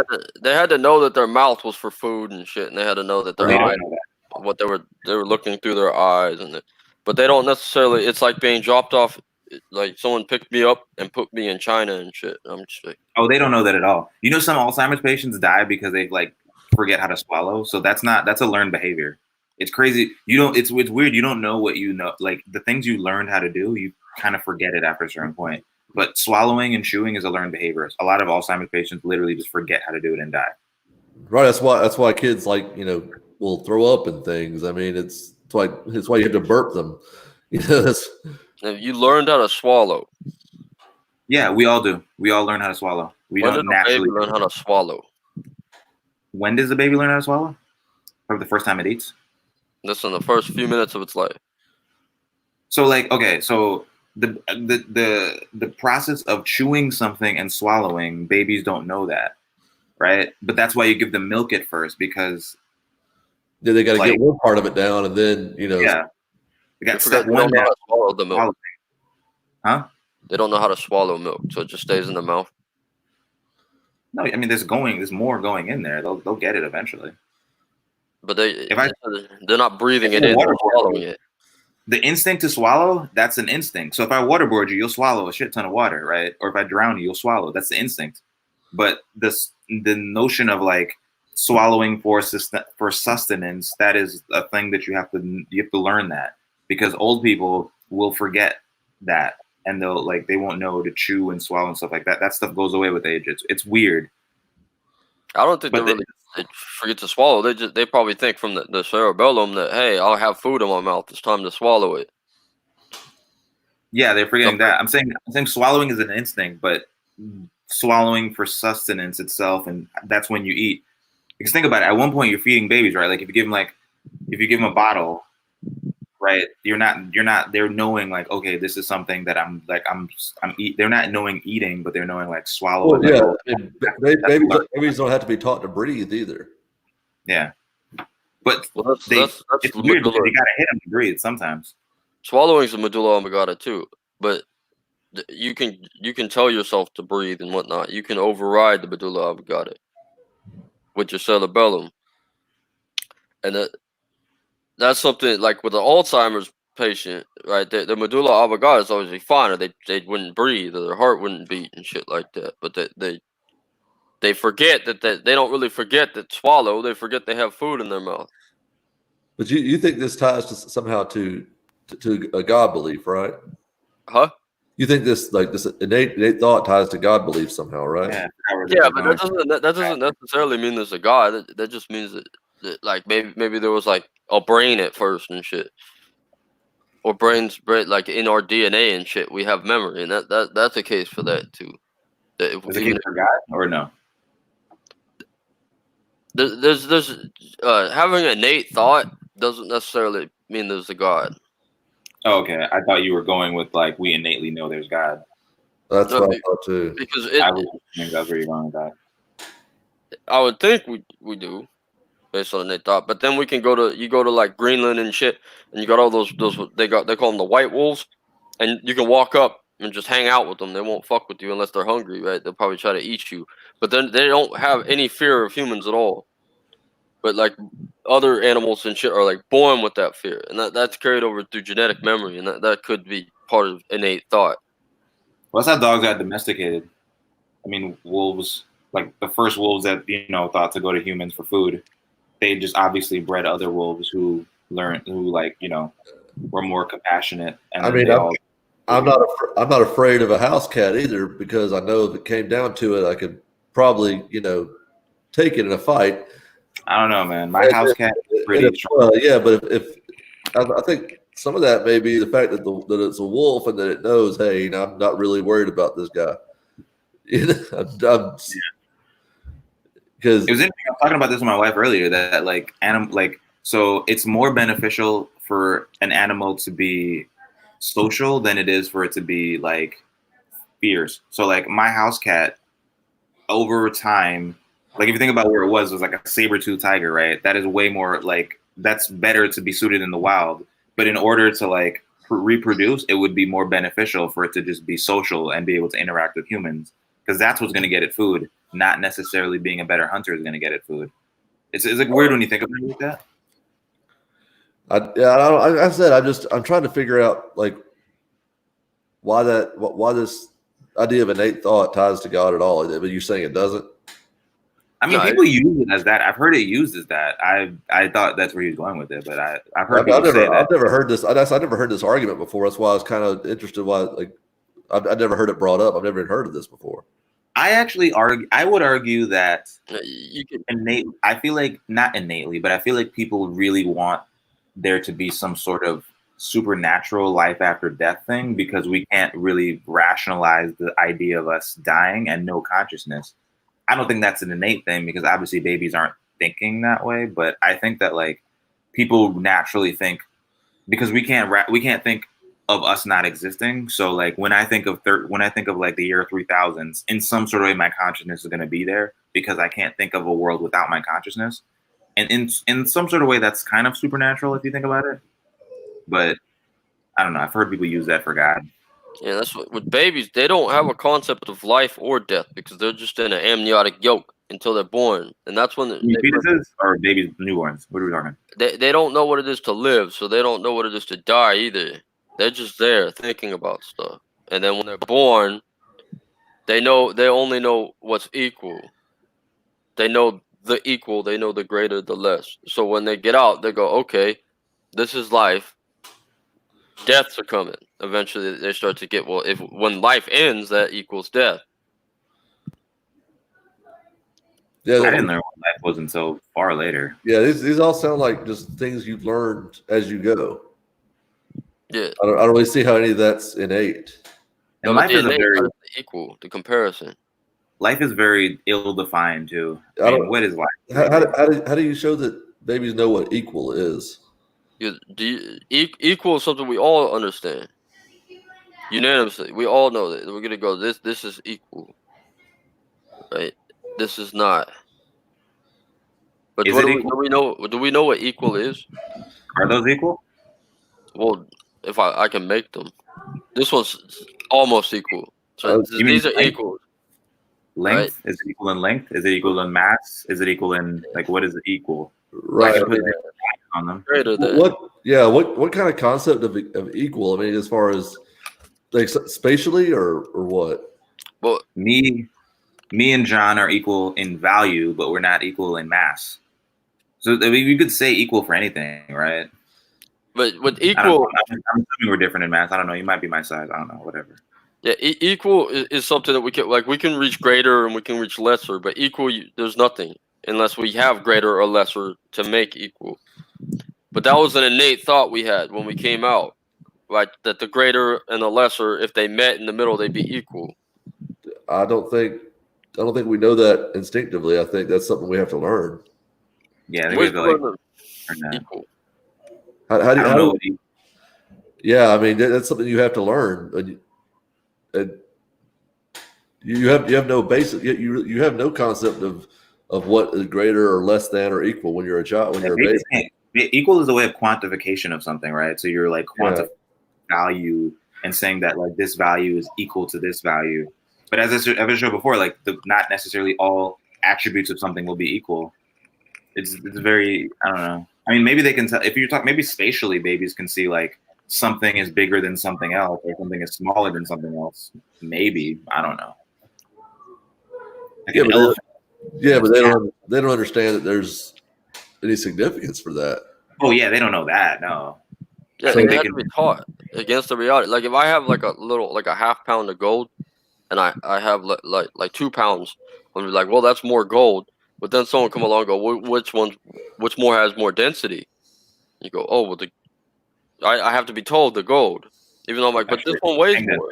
Well, because you don't know what density is at that point. You have to be taught what density is. You have to be taught all this shit. And So what part is innate then? That's kind of what I'm trying to figure out, because if you say that the gold example, they have the same density because it's So what is innate in us before we're born that we can show that we are born with?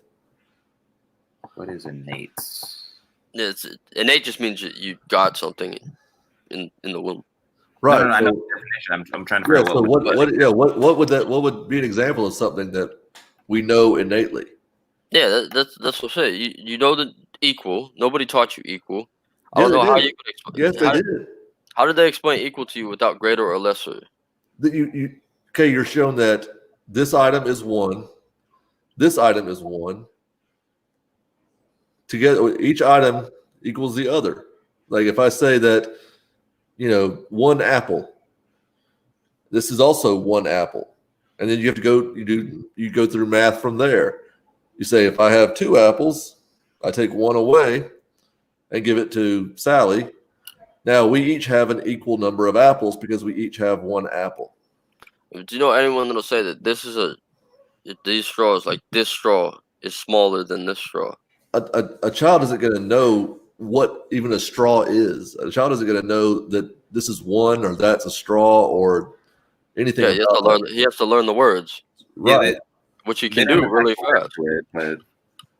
And those straws look very similar in size. I don't think a child would be able to get those 2 things that are very similar like that.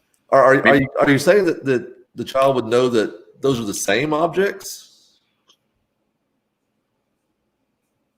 Is that what you're saying? So not necessarily equal, just that those 2 things look alike. Yeah, they know that you tell them, hey, this is great and this is less. And he goes, okay, great and less. All right. And then you go, well, this one's greater and that one's less. All right. Then he starts to understand the words and you tell him, well, equal. But these are all things that's being taught. I'm talking about what things, because innateism is something you don't have to be taught, correct? Yeah. So these are all things that you're taught. What things do you know that you don't have to be taught? I think he's saying that the child can visually recognize the size difference, even if they don't like put a name on there, and then they would like after you put a name on there, then they'd be able to recognize what greater and less than is. But that's still that's still responding to outside stimulus. That's still that's just seeing it. That means if you innately can see things, then sure, but that's not really innate, is it? No, do that. Because it's all of like us learning things. We're not really learning anything. It's all visual and audible, but we're recollecting things that we already knew, and it's just getting switched around in our head. Like the neurons are just being switched around. Like when we learn falses, it hardwires, but then we learn truths, it comes back. Like in the beginning, when you were born, you had all that. It just wasn't in English or Spanish or anything like that. It wasn't in math. You didn't know anything about the world. What But about like you knew all what the about answers already. what about things that we perceive a certain way, then we realize that's not how it is? So like we innately recognize that like the sky is blue, but then we realize that the sky isn't actually blue. That's just a perception and like how it looks like with the wavelengths and stuff. Yeah, Like so we see it, but that's not the case. Or like Right. right? Yeah. That sounds like something like you've almost deceived yourself, because if you ever found out you were wrong about something, you were never actually wrong. You were right the whole time. You just didn't know you were right. Yeah. That seems. Yeah, I don't see how could you ever show that this is something you already knew? well, that's the thing. That's the point. Like when we learn stuff, it's just putting the pieces in your mind back together that were already there. Yeah, see, that's what I'm saying. You'd have to show that it was already there in the first place to prove that. You're just Where did it saying come that's the case doesn't make it so. from? Where did it come from if it wasn't already there? The environment. You were taught it. Yeah, but what's actually entering my brain? Or is there stuff already there being switched around? There's nothing there's nothing entering your brain. It's just your brain has the ability to take in outside information, and through communication and through language and things like that, we found a way to communicate different concepts and make sense of it. So if someone teaches me something that I didn't know already, you're building on all your prior experiences. Like I said, if I've never learned about 1 + 1, I can't do algebra. You know, teaching me algebra, if I've never learned the basics of math, is going to be pointless. That's what I believe today dollars, because you have to learn shit when you get here. So you have to have a concept of what you're getting. Otherwise, right, we can't show someone with a blank brain learning anything. It's not going to happen. If that were true, then I could teach algebra to a 2-year-old. Well, you could. You can't. No, you can't. You can't teach algebra to you. You're just saying that what you would do is you would skip all the basics and go straight for this is algebra. If we had innate knowledge, like you said, if we had all that stuff already in our brain, then they could just go, oh, that's what this is, and that's what this is, and line it up. No, algebra was created by some guy, right?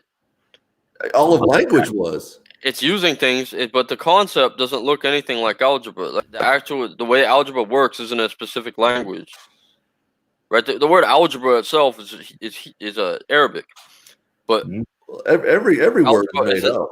Algebra can't only be done in Arabic. It can be done in English too. The concept of algebra that's based on math, and the math is based on axioms that we just made up, right? We define two things as a certain two things. Two things would be two sets of two things, and then if you add two things to two other things, we define 4 things. If we had at the beginning of time, or whatever, when all this was started, if 1 we called orange and 2 we called purple, we'd be saying, orange plus orange equals purple. Yeah, the labels don't matter. But it's how you visualize it, how you use it.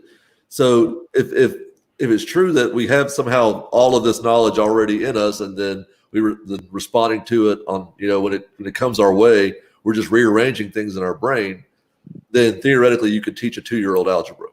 Yeah, you can teach them anything, and that would mean that the younger they are, the more they know. Yeah, no, more than theoretically. You've seen it. You could have a baby will learn a language and shit, no matter what language it is. Yeah, they don't know anything else, so it's easier to teach them something when they're not out of other things. How would that be different than learning algebra? If I expose a child nonstop to math and everything, like we do a language, but that's not how we communicate. Like I could probably just every time I said something, every sentence say 1 + 1 = 2, and then 2 + 2 = 4. If I just did that constantly for years, then the kid's going to grow up saying 1 + 1 = 2. But are they going to have any kind of concept of what that means? Probably not, because they're just mimicking what they heard.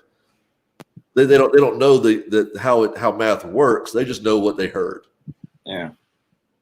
Kids don't know math, but math is math is a description of reality. So even if someone didn't come along and tell them that, they can still recognize that if I have one cell phone and I add another cell phone, then it's more cell phones. They can't write the numbers down with it, but they can, the concept, you figure that out as you get older, because that's description of reality.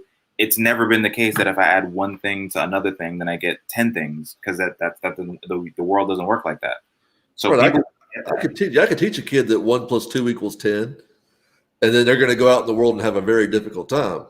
Yeah, because that's not the case. That is that. Right. I mean, if you kept someone, if you kept a kid locked in a room since birth for 15 years, and you taught them some weird math that involved 1 + 2 = 10, and then like on their 15th birthday, let them out.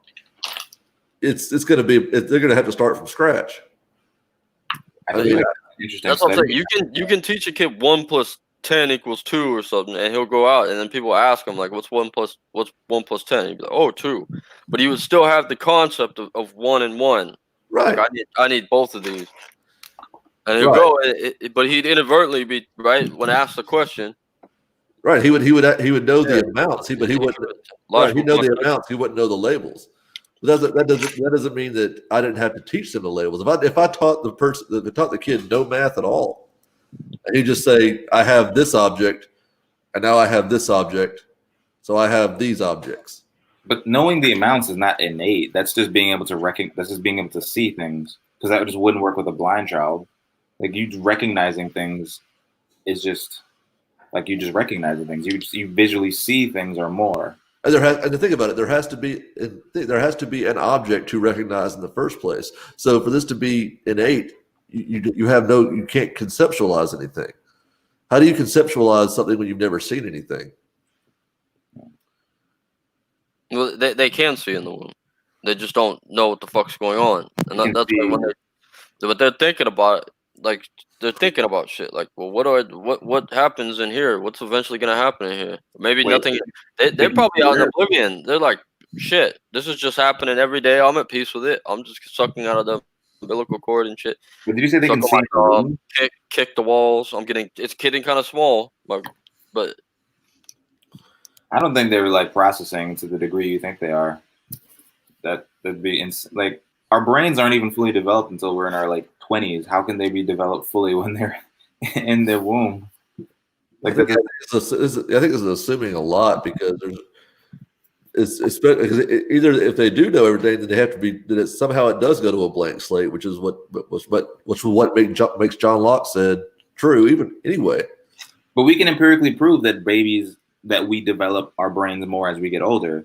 We can prove that empirically. So that would mean that according to your theory, our brains are fully developed at the womb, then all of a sudden it gets worse, and then it gets better, which doesn't make any sense, right? It doesn't. I'm not saying it gets better or worse or anything like that. I'm saying that like there's a prerequisite. Like I had to learn the prerequisite of elementary school that prepared me right in 5th grade. They started switching my class around, preparing me for middle school, preparing me for high school. But if we go all the way back, they're just getting spit out, and nobody preparing you for shit in the womb. No, but what I'm saying is grabbing all that. So is my brain? I'm 29 years old. Is my brain more developed than a 7-year-old's? Yeah, because so we're talking. If it's more developed than a 7-year-old's, then that would. But by your logic, you just said that infants they know innate things. So did it get less developed to 7 and then more developed to my age? Like conceptually, it's not, but in like the world, yeah, you are more developed for the world to go about. Because the child, like I say, like when the child's born, it has all the concepts already, but it doesn't know what any of this shit means. How can they have all the concepts when their brain isn't developed? How can they have the concepts and not know it? That too. Well, they're like, it's like amnesia. That's why you can't. You got it? Yeah, it's amnesia. So when you come into the world, right, you don't know where the fuck you are. It's like, what is all this shit? And then you've learned milk, right? You go, oh well, there's a titty. There might, right? I can smell the milk or whatever senses you have. You start empirical, right? You start using empirical methods to figure things out, and you go, okay, the empiricism's working, and lo and behold, eventually you've taught yourself how to live in this world, and that's how you're getting more developed. Like at 7 years old and shit, you're different than when you're fucking 13, 14, 15. But you somewhat go back to that when you're older, because unless you're like a criminal or something like that, you figure out how you're supposed to fall in line over the course of 18 years. But some How people would don't. you prove that they knew it in the first place, but they just forgot it? So if I say, like, if you learned, I don't know, if you learned Greek, and I just told you later, like, you've actually known Greek for years, but you forgot to ever prove my statement to be true. Yeah, that I do believe that. I believe I'm recollecting. But I'm saying, how would you prove that? I mean, it's an, if you want to say that, that's fine. But then, how would you prove that to be true? Let me ask you this. Do you think that do you think that people can know things that are wrong? Know things that are wrong. Like, do you have people think they know things and they're wrong about them, right? Like, Yes, so somewhat. okay. Yeah. So, what information? So what you're saying, and then in that case, innately, we'd have to know everything that is correct and everything that is not correct simultaneously. Yeah, you've been convinced, like with Greek, like you said, like I believe that I know what like the meanings of the words, so I'm recalling them. But like the words themselves, I'm learning them to go. Well, hey, I like switching around, and that's Okay. what we get recollection. No, hold on. So Greek was an invented language. Yes. Did people know Greek before Greek was invented? Yes, technically, everything. What? Yes. Do you know languages that haven't been invented yet? Well, they did. How did they invent Greek as a concept? If it was someone going, better, No, it evolved from other languages. and then Greek evolved from another language. yeah, it's Phoenician. So And when English gets so far that it doesn't look like the way it does now, are you able to know that language that we might speak in 1,000 years? Yeah, we should. We actually do, because I'm saying, can you now, like, if someone I can't time travel from the future comes and talks to you, would you be able to understand him? Well, I can't personally now, but like 1,000 years, if I was to land there, I would be able to figure out that language easy. But that's because I've studied linguistics. I'm not someone that departed. No, hold on. We're talking about whether or not these thoughts are in your head already when you're born. Yeah, that's what it's not. So, Like I didn't know I was gonna go to the store, like when I was 30, when I was a baby. But when I did go to the store, I recalled everything. Like the neurons and the chemicals. I'm recalling. It's a recollection. When I get to the store and I find out, hey, there's no milk here. It's a recollection. You recalled being at the store? No, I didn't know I was gonna actually be at the store, but I knew everything that would happen. Like At the store? when our thoughts don't look like what we think about. They're just things bouncing, right? There's chemicals going off and electricity. Thoughts aren't things. Thoughts are like brain states. Thoughts are things. Brain states. Yeah, they occur in our brain. But like I said, it's kind of interesting because you said that people can think things that are wrong. Yeah. Like if someone thinks that, I don't know. They do, and the brain hardwires and shit. Like it hardwires to it, so you'll think you're right. Like that guy. But that's logically contradictory though, because if you can have thought X and thought not X in the same brain, that's not possible. All right, so let's say you have thought X, and you're introduced to thought not X, and you say no, it's definitely thought X. Does that not store it in your brain? You're saying that all this, everything is innate before you even experience it. So if everything is innate before you experience it, that means that both X and not X are simultaneously existing innately in your brain before you're born. Yeah, but they're not. put into the world. They're not conceptualized into the world. So they're just chemicals and neurons in your head. I'm just trying to figure out how we would actually determine this to be the case. Right. Right. I don't think the thoughts are even things that exist in your head. I think they're just they're responses to outside stimulus. Well, if it's like John Locke's a blank slate, you start out with a blank slate. You open your eyes, and that's the first day of the rest of your life, and you have a blank mind. Can anyone demonstrate what a blank mind does? Or is it a special case for an infant?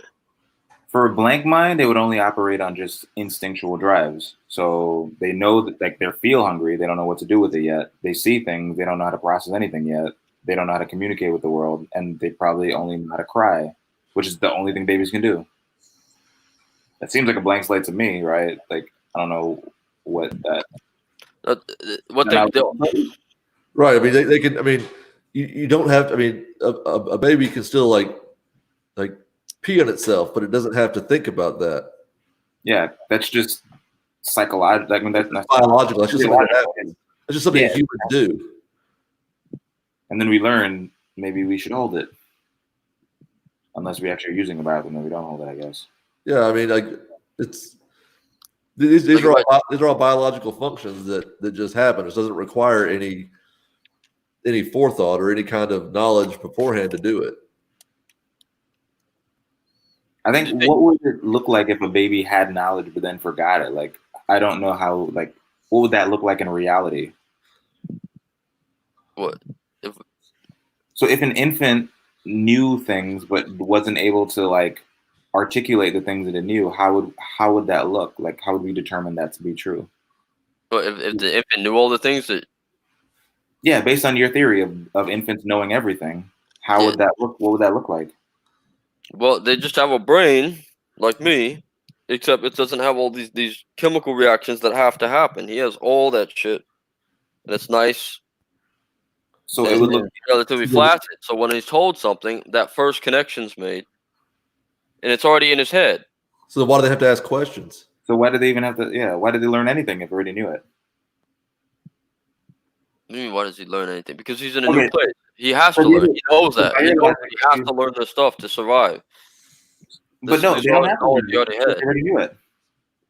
If they already knew it, you don't have to ask questions. Once you're told it, it's there. You just make, like you said, you make that connection, and that's there. It's there now. So if I take a baby, and if I hook him up to like some sort of feeding device in which they never have to get food, and they just grow up by themselves, in 15 years, will they be a genius because they never learned anything, but they never got any bad knowledge taught to them?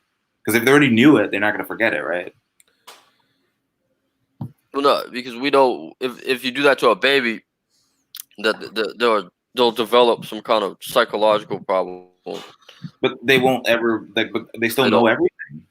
Or what? I don't even know. What do they know? What they? Well, yeah, but that's the thing. Like, they would be living in the world with all these thoughts shit going on, and then like we could go peek in, like, what's going on with that baby that's been in that room by himself for 30 years, and he has all these thoughts, and the door opens, and all those thoughts. What the fuck? He's now, wrong. Like, oh shit, I'm wrong.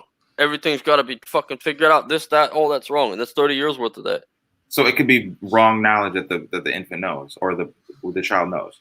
Yeah. So babies have innate knowledge, but it could be wrong knowledge or good knowledge. But there's no way to know it. Well, it's basically a baby transition. When a baby transitions into the world, it's already knows it's got to learn the world. It's got to survive the world. How can anything innate be incorrect? Huh? How can anything that you know innately be incorrect? It can't. That's like bad information and good information and shit. To a baby, it doesn't matter. So So if you can't know anything innately that's incorrect, where do you learn things that are incorrect? When you come here. But you said you already have all knowledge innately. Yeah, and it like when you're learning, like I'm saying, it's not you're gaining information, you're recollecting. Right, as I said, you're recollecting what's already in your brain. How can you recollect something that's not correct? You ever read the Berenstain Bears? Yeah. Book series? No, you haven't. It's the Berenstain Bears. Yeah. Okay. I knew what you meant. I knew what you meant. I just didn't. Yeah. Google. Yeah, I that's the didn't want to correct you on it. I knew what you meant. It wasn't, not That's different. called that's called a Mandela effect. Right. The reason they called that the Mandela effect because people thought Nelson Mandela was dead. Right. They thought he was dead. Then he got out of prison. They're like, oh shit, he's alive. That's another thing though, because if you're saying that we have all knowledge innately, that's not possible because there's future events, and for a baby, everything is a future event. So there's not. Yeah. So unless you're saying that you have like some kind of ability to see the future, there's no possible way you could have all knowledge innately, because that would mean that you have all experiences, past, present, and future innately. But you would have to have everyone's experiences. So like a baby would have to have knowledge of composing Mozart, even though the baby itself did not compose Mozart. But The baby would also have to know how to compose Mozart. Yeah. No, essentially, this shit, like, really, like I'm saying, this is on chemical neurons and shit. It doesn't matter what's going on out here. This is all just what we're interpreting reality to be. Right. So there's no innate knowledge then. There's just an innate ability to understand. Maybe. Yeah, it's in here. It's not outside here. Right. Are you saying are you saying that we have the innate ability to learn? Well, that's what. Yeah, I'm saying. Like with learning, I'm saying learning isn't gaining; it's actually recalling things from your brain. Yeah, I disagree with that, because I think it's pretty weird to suggest that we already knew the knowledge, but then we forgot. Right. So are you to know everything is correct. So are we? Are you saying we already knew these things before we learned them? Yeah, and everything, true and false. That's not possible. Wouldn't that make? Wait, aren't you religious? Wouldn't that make us like God? Huh? Aren't you religious? Wouldn't that make us God if we knew everything? Yeah, but I didn't know like the world. I didn't know I'd open my eyes. I didn't know how my eyes, besides what they were doing in my head, I hadn't been exposed to the world when I opened my eyes. And when I did, I knew that I have to survive now. That's pretty much it. All fetuses before they open their eyes are gods. Whether God? Yeah, because they know. Yeah, what you're describing is omniscience. Yeah, we're not. That's the thing. We're not omniscient. We're not like when we know everything, we don't really know shit at the same time. Knowing everything is omniscience. That's the definition. That's literally the definition of omniscience. If you know everything, then you're omniscient. No, but it's not like cure. It's inside your mind, right? So like I know the wrong answers and the right answers. It's not that I know everything. Because I don't know how to be wrong yet. I don't know what mistake. What you're saying is you actually know more than everything, because you've also said that you can know things that are wrong. It's kind of like a Doctor Strange sort of thing, where you can envision the 5,648,000 scenarios that could happen. Yeah. But only one's going to happen, but you still know about the other, 5,647,000 other ones. But knowing the wrong answer and the right answer is the same thing. If I'm taking a test and I know A is the right answer, then by logic, B, C, D is the wrong answer. That's the same. You're saying the same sentence. It goes like, there's a lot, like by knowing everything, you also know nothing. In a way. So you know all possibilities? No, that's another thing. Because if I knew everything, I don't understand the possibility of me being wrong. Right. So it's a paradox. Sounds like a little bit of these fetus gods, and this is some fetus god deals, man. Because God's not like omniscient and stuff. That's a theology. Or this Christian God is described as such, as omniscient, like he knows everything. He just understands, like if I'm lying and shit, he's just like a polygraph. He understands lies. So the difference between a Christian God and fetus is that fetuses know everything, but they don't understand it, whereas the Christian God knows everything but understands it. Yeah, it's the chemicals is already there. That's basically all that means. The chemicals are already there. So all these concepts that you're going to get are being pulled out of something you already have and being put together. It's like writing on the wall. You're writing something, and when you learn something new that contradicts at one point, you write it again. But you have. I guess I legitimately was a god at one point. Well, Huh? that sucks because Yeah, now I think we can kind of show this is not accurate, because you said if I know everything, that means I know everything that is correct. I would have to know everything that's correct, because you can't know things that aren't correct, because those aren't things. Yeah. So if I know things that are correct and I present it with something that's not correct and I believe that thing that's not correct, I didn't know. There's no way I could have known the thing that was correct in the first place. that's a Yeah. mental jujitsu. You don't know what bad and good, like, you know, you have all the information.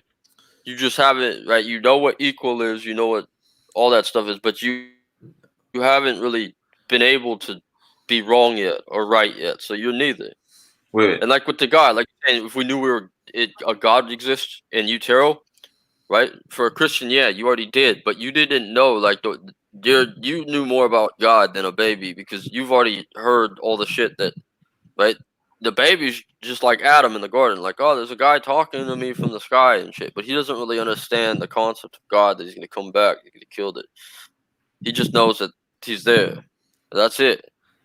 so He's not does the baby know what God will do before God does it? the baby. Yeah, does the baby know what God will do? If the baby knows everything, does the baby know what God's actions will do before God does the action? No, but he has all that already. Like, what if God does this, he has that. If God does that, he has that. He Yeah. omniscient. He sounds like a little bit like he knows more about how things work than actual God. I'm just When I looked into this earlier today, it seemed very logically incoherent. The more I it think doesn't about sound coherent it's at all. I very- think it is very logically incoherent. No, but you keep jumping back to, like, us from,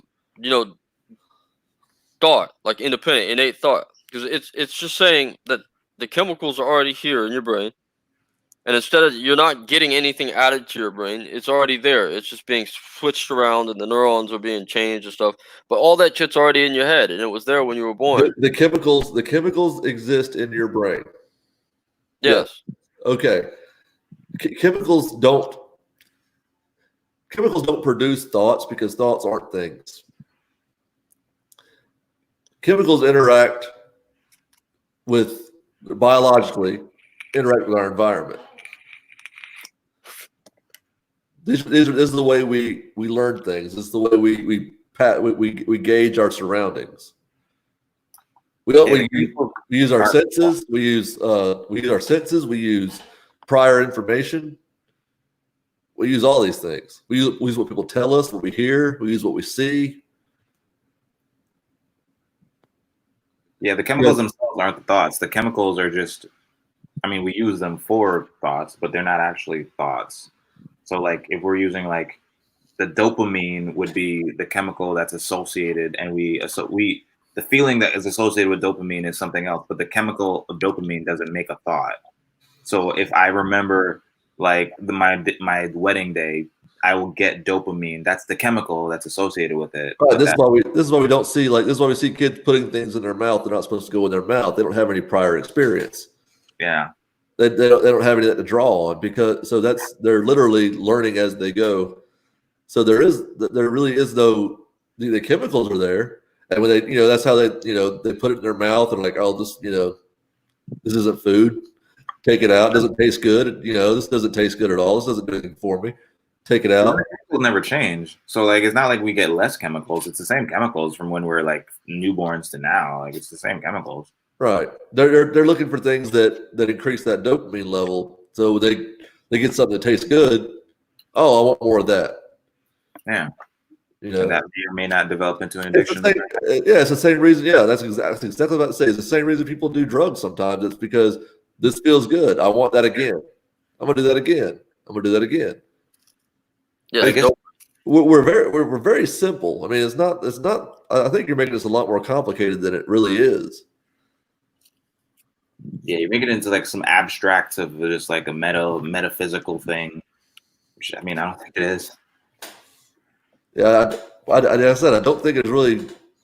I mean, because to say you have innate thought kind of says that it's not really the same thing as saying that you have chemicals, that your brain is chemically the way it is already, which I agree with. That's fine, but that doesn't mean that you have innate thoughts. What I don't understand is why would a God make babies know everything, but just not make everyone else know everything? Because that would solve the problem right there, wouldn't it? Well, the reason when they know everything, they don't know shit. Like I said, it's not like they're learned, but they have their learning is basically recollection of what they already had. So when a God makes a baby, he knows everything like that could happen. So you're saying recollection, though. That means that the thought was already there. Yes, they're recalling. No, It's recollection. no, they have but you always said they have our brains are chemicals. They're not thoughts. All right. So what is do you know what a recollection looks like? Like remembering something. Anything is Recall. Like what happens in your brain when a recollection occurs? You're drawing on prior experience. No, it's something that you didn't remember, then you start to recall. Like, yeah, that's what he said. He's drawing on prior experience. Right. I have a recollection of the person's name I met last week because I met them. They told me their name. You remember on the day You when didn't have prior experience as a baby because you didn't have that experience. If I met them and they never told me their name, I can't recall their name. Yeah, stuff like that. That's so it has to be there. It has to be drawing on prior experience. Babies have no prior experience, therefore they cannot recollect. Yeah, it's nothing to recall. But like, oh man, I'm trying to. Yeah, what's going on with what do you think is going on with the chemicals in the baby's head? They're doing the same thing that our brains are doing, just making sense of what's going on. We just have more prior experience to draw on, so we're able to make sense of it faster. This is a learned thing we're doing. No, but so they're going, what's going on? That's a thought. What's what we're all doing, essentially. It's not. They don't have like interest. There's no any thoughts that they have. They just have. We do it intuitively now. We just do it intuitively. We're so good at it at this point. By the time your brain develops fully, you've been, and that's why you suck at things when you first start them. It's like that's why nobody just picks up a violin one day and starts playing Mozart. Yeah. Yeah, that's just here. You gotta recollect what the fuck is all this shit. But exactly, and babies have no ability to recollect because they have can't recollect that it never happened. Okay. So like this conversation that we're having now. So you're saying when I was a baby, I'm recalling this conversation that I had as a baby, even though I never had this conversation before. Yeah, on the chemical level, yeah. There's no chemical level like that. This is a moment of time, right? This is an instant of time. There's no chemical of that. This is just, in order to recall it, that would mean I had to have this memory before, and I would be like, and I'm pulling from that memory. Yeah, there's chemicals already in your brain. No matter what happens, they're gonna get switched around. But you can't. Okay, so that's yeah. So those chemicals are already there, and you know they're there. The things when you say chemicals, I think you're just confusing like memories with chemicals. A memory is not necessarily a chemical. Like thoughts aren't physical things. It's not like you can be like, I don't know, when you took a shower this morning, that's not a chemical that's saved in your brain. Right. I mean, you can't pull up a thought on a whim. You pull up thoughts. Thoughts are responses to stimuli. You'll see something that reminds you of something else. It's not something you just go, I'm going to think about this now, and I'm going to think about this now. Yeah, in 10 years, we can't go back and pull this conversation out of your head and put it in a jar of right. In 10 years, you can't go back and tell me exactly what you said during this conversation. Yeah, I can barely remember what I said in the beginning of this conversation. Right. So there's no way to you're not recollecting anything. If you can recollect that you had a conversation, but you're not going to be able to go back and say I said this and this and this and do it in the exact order and everything else because there's nothing to draw on there. You're drawing on you're drawing on a recollection, but before this conversation, you couldn't draw on that because it didn't exist. This is all this conversation we're having. The way the brain works is we respond to things that we see, that we hear. We respond to stimulus on our five senses, and we've gotten so good at it that were able to have conversations quickly, that were able to do all of these things and respond in very quick time. When you're a baby, you tell a baby something, you say you got to tell them 4 or 5 times because they haven't gotten good at it yet. And it's interesting because like you can't even the things you recall is not even necessarily what happened. The things you recall are just sometimes you piece together things to make sense of it. It's not necessarily like that happened. Like if we talk about the video that guy just made, and I say what shirt was that guy wearing, draw it. None of us probably could, but what we remember what it is will just be something that our mind pieced together of just like this makes sense of it. So babies can't do that, and especially if they haven't even been in that situation. How are they ever going to do that? How the situation isn't really what the thought or the recollection is. It's just whatever that you said, not chemicals, but the route in the brain that right, however that fucking works. So that was already there. All the thought is already there. Chemicals aren't thoughts. Chemicals are anything's really a chemical, really, if you boil it down to it. But you can't collect a jar of thoughts. It's not I think you're assuming that babies just have a bunch of different thoughts in their head, and then eventually they have to change them around, which that's not how it works. This is like math is the best way. They explain this with math and nativism, right? They like if I like read quickly, what's 100 plus 100? 200. All right. Now what's 4,965 times 10? 45,650. Whatever that is, add a 0. Yeah, just add a 0 to it. It's harder. Well, it's not that hard. Add a 0 to it. I just forgot the number that you said in the first. It's harder because it's harder to get to your head or whatever. However that. You know what? No, do you know why that's harder? Because you have more experience adding 100 and 100 than you do doing that math equation. If I do that math equation every day, if I do that exact same question every day for like a whole year, I'll never forget that. You wouldn't work it out. You wouldn't send it around anymore. You just have that one word. I would recognize the numbers you just said. I would recognize the equation you just said, and I would instantly know the answer because I have so much prior experience with that one equation. Yeah. No, but like with the 100 plus 100, it's just like 1 plus 1, but you're like it's 0, 0, 0, 0. You have that concept. You have that concept right away. Right. If you have five different numbers, it's going to be harder. Not have to do more. Not because of the amount of numbers, though. You're more practiced in it. That's the only reason why you're better at doing it. It's because we're doing 100, 100, all the time. Yeah. I could give you guys some numbers that you won't know how to do, but that doesn't mean that I'm innately. No, that just means that I'm just more practiced at it. So if I say like, what's the integral of 4x squared? Like you guys won't know that, but that's because I've done it more times, more integrals. But babies don't know that. How would they know that? Well, they're doing the same thing you're doing, but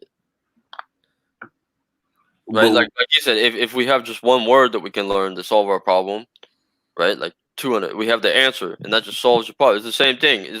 We work these out, like 100 plus 100 won't take us more than like a couple seconds. Go 1 plus 1 is 0, 0. There's no possible way you can conceptualize what 4x squared with the integral of that is. That's not adding one thing to another thing. It's still math. Yeah, it's got nothing to do with even the amount of numbers or the. Like you said, I could take what Jermaine just said. If I taught a kid that from 5 years old, if I taught him that exact problem, that exact equation and solution, if I had him sitting next to me, if I taught him that same equation over and over again, and he was sitting right here next to me, as soon as he said it, he'd go, "Oh, that's what this is." Yeah, he would learn the word that solved the problem. He learns the question and the response. So when Jermaine poses the question, he already knows the response. Yeah, you learn the word to solve having to go through the metro. He may have no idea why the response is correct.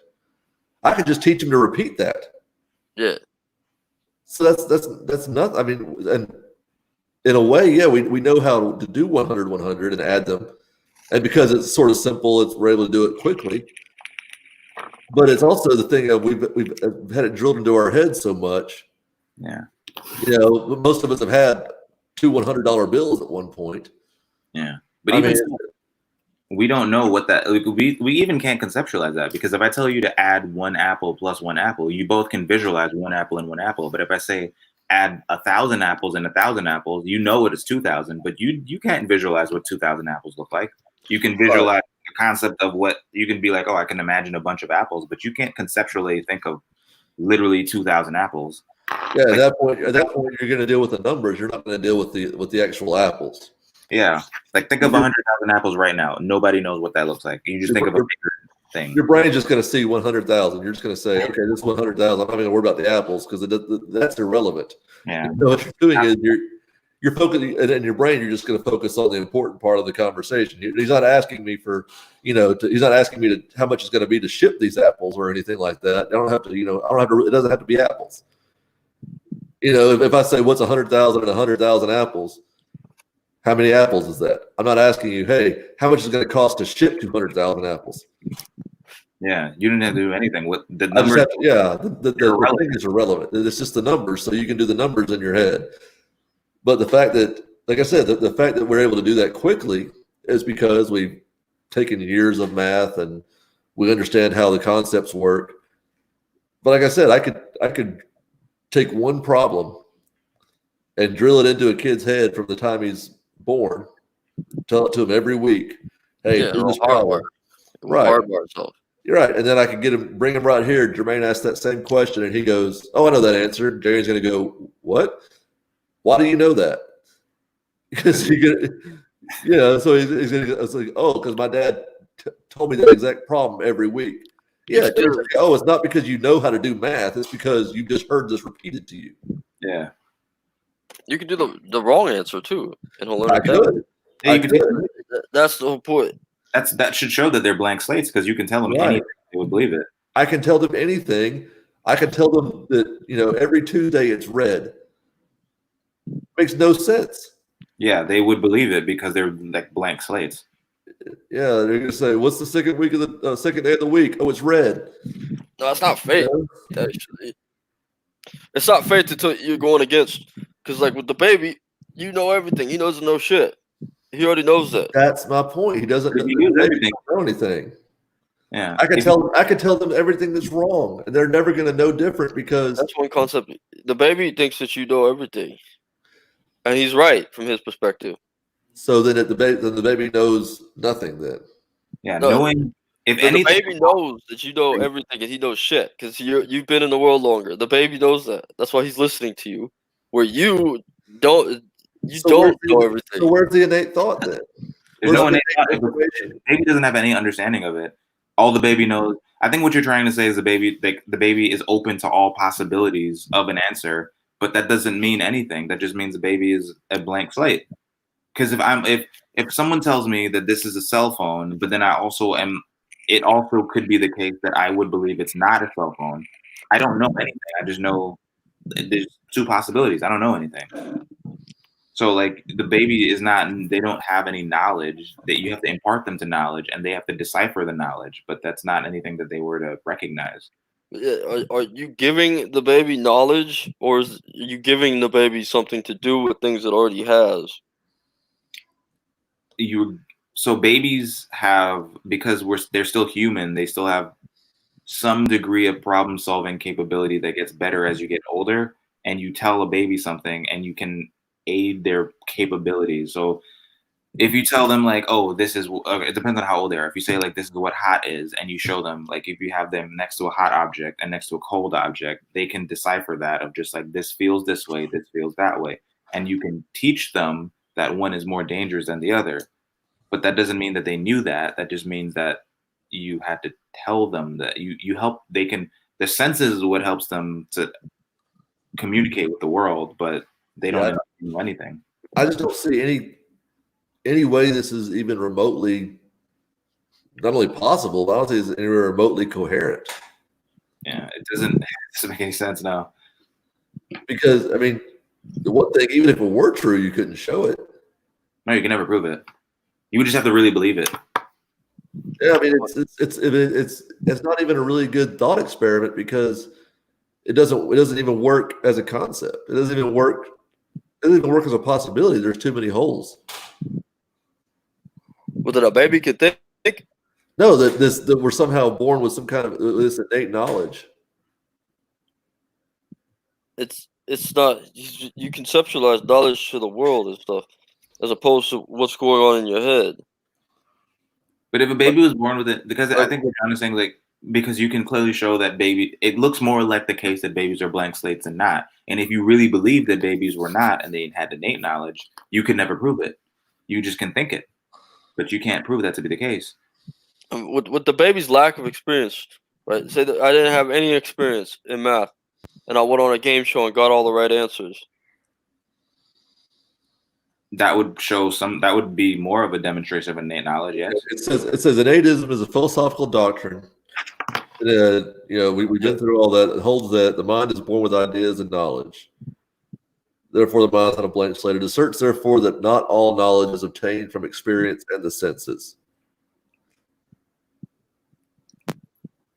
I guess it really just depends on what you define as knowledge. Yeah, that's the thing. Because we use epistemology to acquire knowledge, and we're still trying to figure that out. We don't really have that down. But see, with the baby, when the baby came into the world and stuff, it did everything right. It looked for the parents, like, where's my parents? And it latched the milk. And if it didn't have any innate thought, that's exactly what it did. It went on a game show and got all the right answers. Well, it doesn't care who it doesn't care who the parents are. It's going to look to whoever feeds it. I mean, you literally take a baby at birth. They have no idea that's their parents or not. Literally anyone can raise a baby from birth, and they're not going to. The baby's not going to care one bit whether or not that's their actual mother or father. It doesn't matter. They're looking for what. Right. They're trying to feel their way out. So that kind of goes to the blank slate. Now, I guess, are you saying that instincts are also knowledge? Huh? Are you saying that you're counting like instincts as knowledge? They're more than instinct. What is that? Like, okay, instinct you breathe instinctively. You look around you instinctively. You got to assess your environment instinctively. You listen for things instinctively. You. As far as your brain, what is that? What is your brain? Yeah, I know. When you breathe, that's medulla oblongata. Your lungs are working. Okay, you have to override them. Yeah, I'm not nothing. Yeah, I'm not a neuroscience. I don't know. Yeah, but I mean, there's three parts. There's three parts of your brain. You got your cerebellum, your cerebrum, your medulla oblongata, your brainstem, and that's you have to have a brainstem or you'll die. Probably have to have all three parts or you die. Your cerebellum's the biggest part of your brain, and that's the shit that you actually you interact with all day. And your cerebrum's like a sub. It stores it. So me speaking to you right now is stored. Me walking is stored. Me talking, like me doing that. That's where you're getting the instincts things from. I'm doing things without really having to think about them. That's what your cerebrum is, except for your organs and shit, your function, your mechanics, if you will. That's your stem. Well, I would say instincts are like, if you say you pinch a baby's leg, it pulls its leg back. Yeah, that's instinctual. They didn't think about that. That's not something I have to go. I need to pull my leg back now and then do it. It's instinctive. You touch a hot stove, you pull your hand back really quickly. Things like that. If these things happen instinctively. These aren't thought out processes. So if you're saying that we have instincts at birth, I'm fine with that. I don't count that. Yeah. I don't count that as knowledge, though, because there's nothing that I have to know for my body to do. That's a biological function. Yeah. And then babies are wrong like all the time. So I don't know why. Like, how can they have knowledge? Like when you play peekaboo with babies, they think you're literally gone because they can't see you. So that's not knowledge. So what is innateism saying that what knowledge do? What is something that would count as knowledge, not instinct, that innateism would postulate that babies have at birth? Well, how did, like I said, can we identify an instinct in the brain, or is it supernatural? Can we identify it as instinctual? Is what we call just a biological response. Yeah, but that, like, from the way our body works. We have a nervous system and shit, and that shit's directly coming from our brain. It's being triggered by our brain. All of our body. So, like I said, I agree. Instincts are hardwired into us. Just Like my heart beating and shit is not going to stop, and that's a part of my brain I don't have to think about. That's fine. That's fine. Like, you don't have to think about that. So that's not knowledge then. It knows how to slow. It knows when to slow it down when I'm sleeping, but speed it up. Right? It knows that. No, it doesn't know anything. These are just biological functions. This would happen whether you were comatose or not. You could be in a coma and your heart will still beat. Yeah, because your brainstem, it's very minimally connected. But if you're in a vegetative state, that's not knowledge though. I'm saying that's not knowledge. No, but then how is it different? What's going on?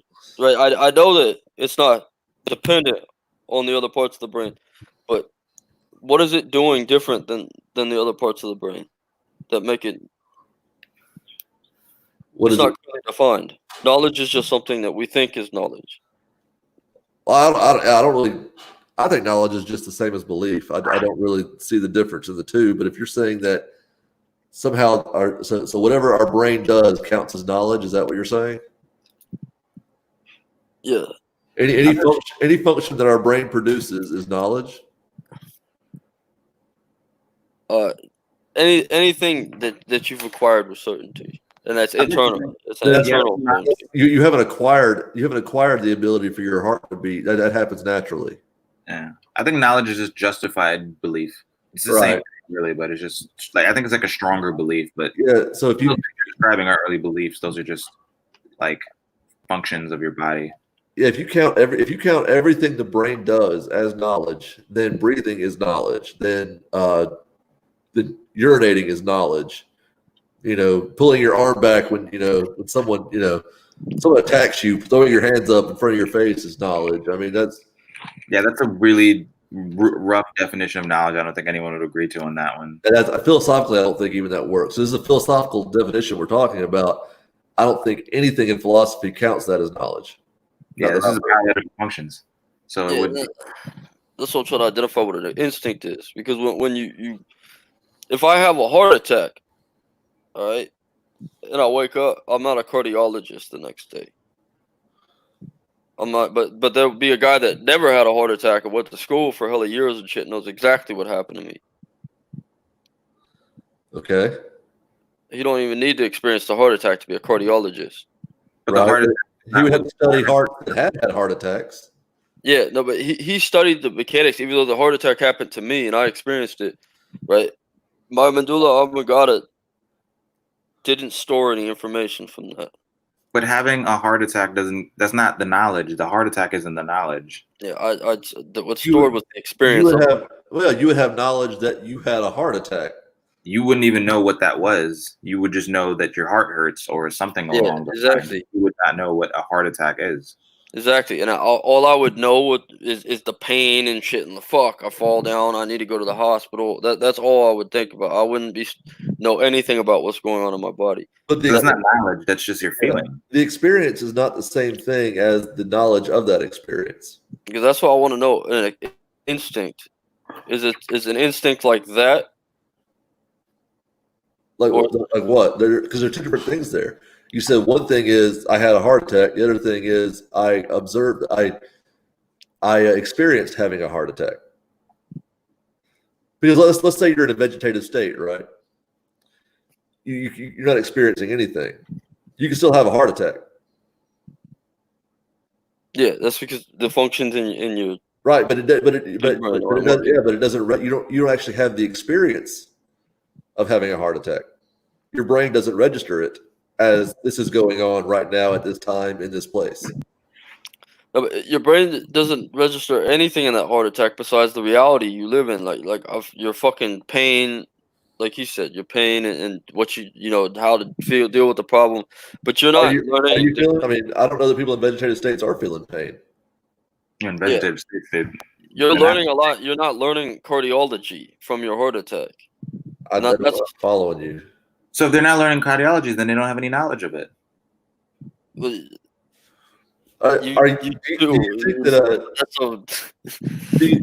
you think that The act of breathing constitutes knowledge. No. Okay, so what knowledge? Okay, so that's not what you're saying is as knowledge as far as innatism goes. No, I'm trying to find out what an instinct is, so I can move forward to know whether or not it's knowledge. Basically, anything your body does without having to, without having a prior experience of it. Is that part of my physical nature to have instinct? It's a survival mechanism. Now, what produces instincts?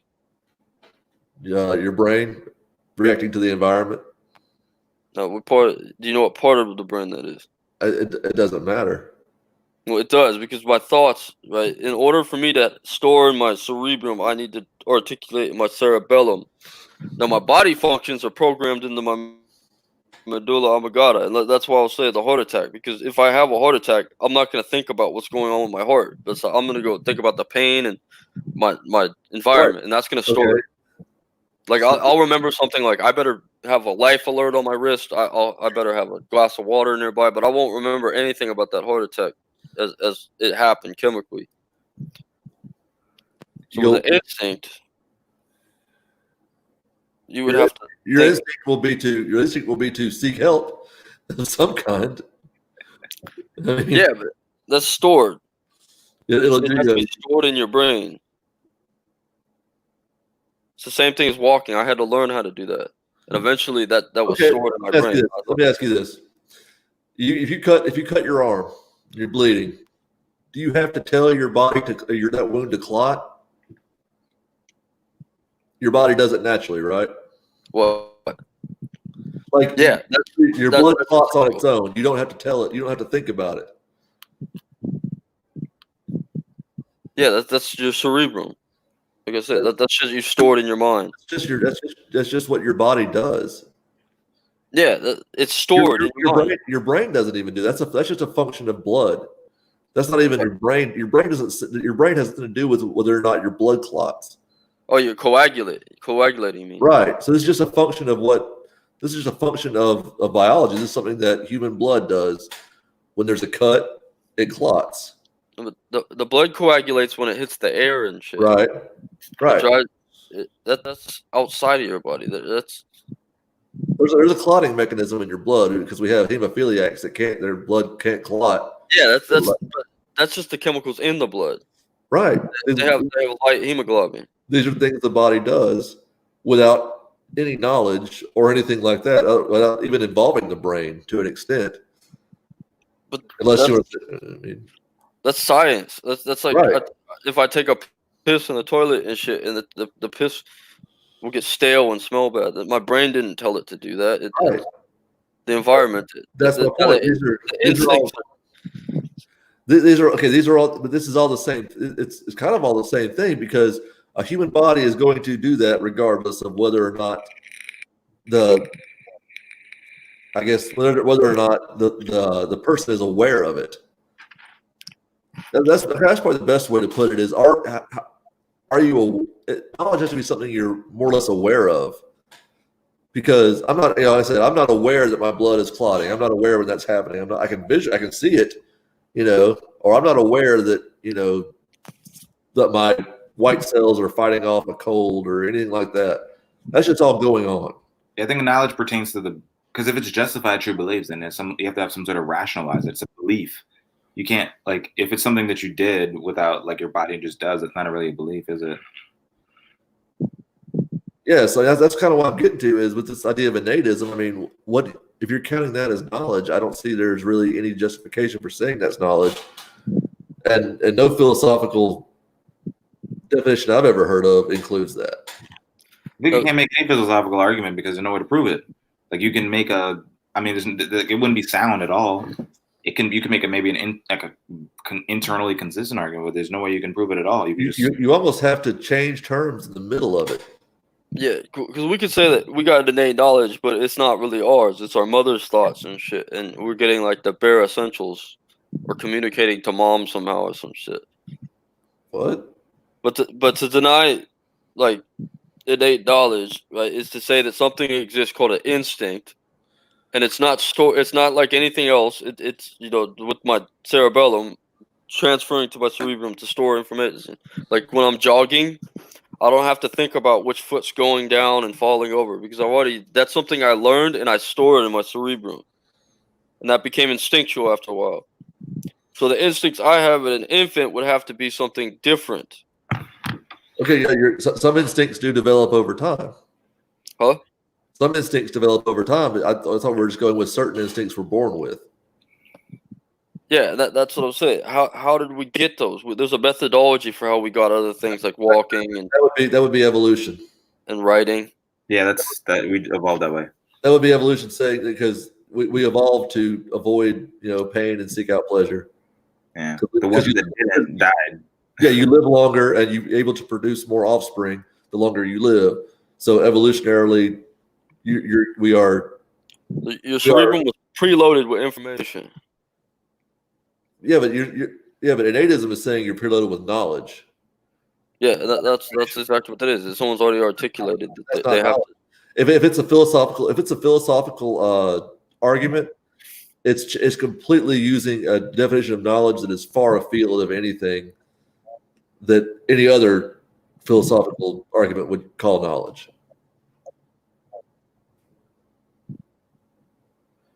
If innateism is saying that this is knowledge, they have completely altered the definition of knowledge.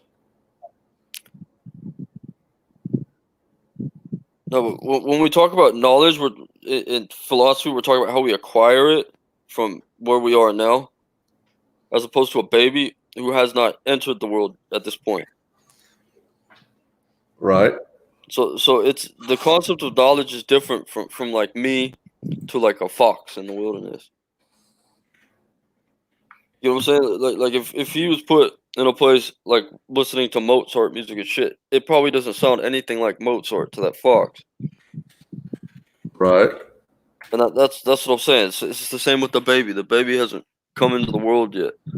It's just saying, like before he had to put all these problems together, he only had like a few that he had to deal with. Is when he was born, or she was born, and they're born. There's reality now, and they already know I got to do this.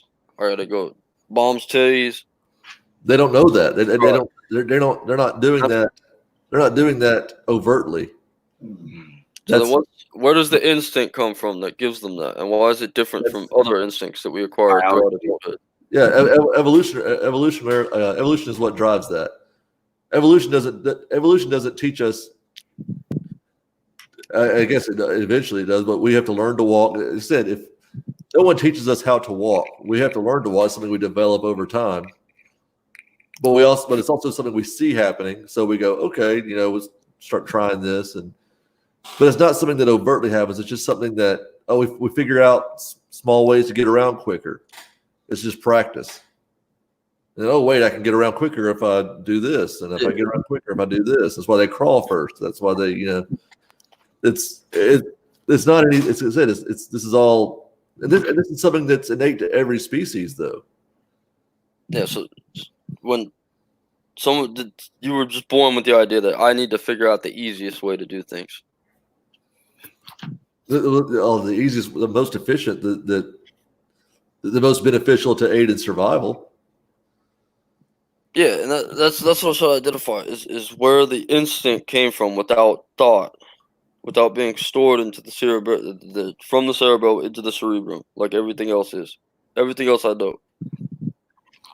So yeah, I mean, if you just want to say that all of this counts as knowledge, I mean, I guess it's a loose definition of knowledge here. I mean, it's not a philosophical definition, a philosophical usage of the word knowledge at all.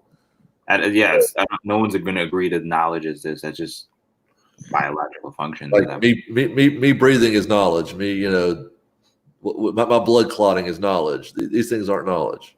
Yeah, that's like what we're calling knowledge. We're talking about what's actually going on when knowledge is acquired. Well, I mean, I think there's a difference in knowledge and brain activity. Because, like, for me to know the answer to 1 + 2.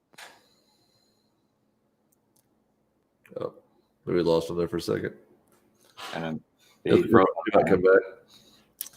Yeah, that's kind of That's kind of the thing that I was really hung up on. I talked to him about it earlier today on Facebook about it, and I read over. I never even heard of the concept before.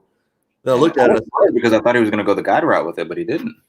Yeah, I really thought that's kind of where it was going. I think it probably will go there if we can delve into it enough. But yeah, it's I got to roll in a little bit though. Yeah, I think I'll probably have to call. It's been only 2.5 hours. It's been a crazy amount of time. But yeah, I'm quite hungry. hoping Taylor would come back. Taylor, if we cut it before you come back, thank you for coming by. I appreciate you. It was fun. I did enjoy that Christian video thing because I saw it and I was just like, "This is stupid." Yeah, I'm telling you, man. You got to do one with movies, man. You got to do one with like a movie, and we could do like. Let me look into the copyright issue. Let me see what I can get away with. We don't have to see it. We don't have to see it. You just see the movie, and then we talk about it later. That's all you got to do. I've seen other channels like show bits from movies, so I don't know. That's dicey. Yeah, it's like I said. I don't know what line I can get close to and not cross. So I don't know. I'll look into it, but yeah, we can definitely watch. Like, pick a movie and watch it, review it. Yeah, I definitely like to do that because there are some bad ones. Because I have a list of some, and they're pretty bad. Because I watch them in my free time sometimes, just for just for a laugh. They're pretty bad. They're pretty bad. I'll contact you about that. We'll work something out. Yeah, I got a PureFlix account, bro. Just tell me, man. A what? I got a PureFlix account. Yeah, I may have to come to your house and watch movies. Yeah. Babe, dinner's ready. Oh, my wife is telling me dinner's ready. So I've been on here too long anyway. Thank you for coming by. If you're watching, thank you for watching. Hit like and subscribe. Help me out. I'd like to have more subscribers than I do fingers. Hold on, let me bring Taylor back real quick. Taylor, we're heading out, man. I'm sorry. We're about to call it. It's been 2.5 hours anyway. I want to thank you for coming by, though. You're welcome anytime. All right. What channel is this on? It's my channel. I'll send you a link to the channel. And, I didn't even know your channel, dude. It's very small. It's kind of hard to find me too because there's a lot of channels with my name on it already. Your name is super common. You gotta go on EA. You go join the after party EA and stuff. They'll jump over probably. Yeah, I've seen a couple of them, but I've definitely. If you haven't subscribed, please do. I'll send y'all both links to the channel. Yeah, if you'd like to, I'll do it. And just any way we can get the word out, I'd appreciate it. But thank you for coming by. Have a great night. See y'all later. Good, man. Yeah, man, you gotta go on EA. I'll do it. Thank you. All right, man. Have a good one.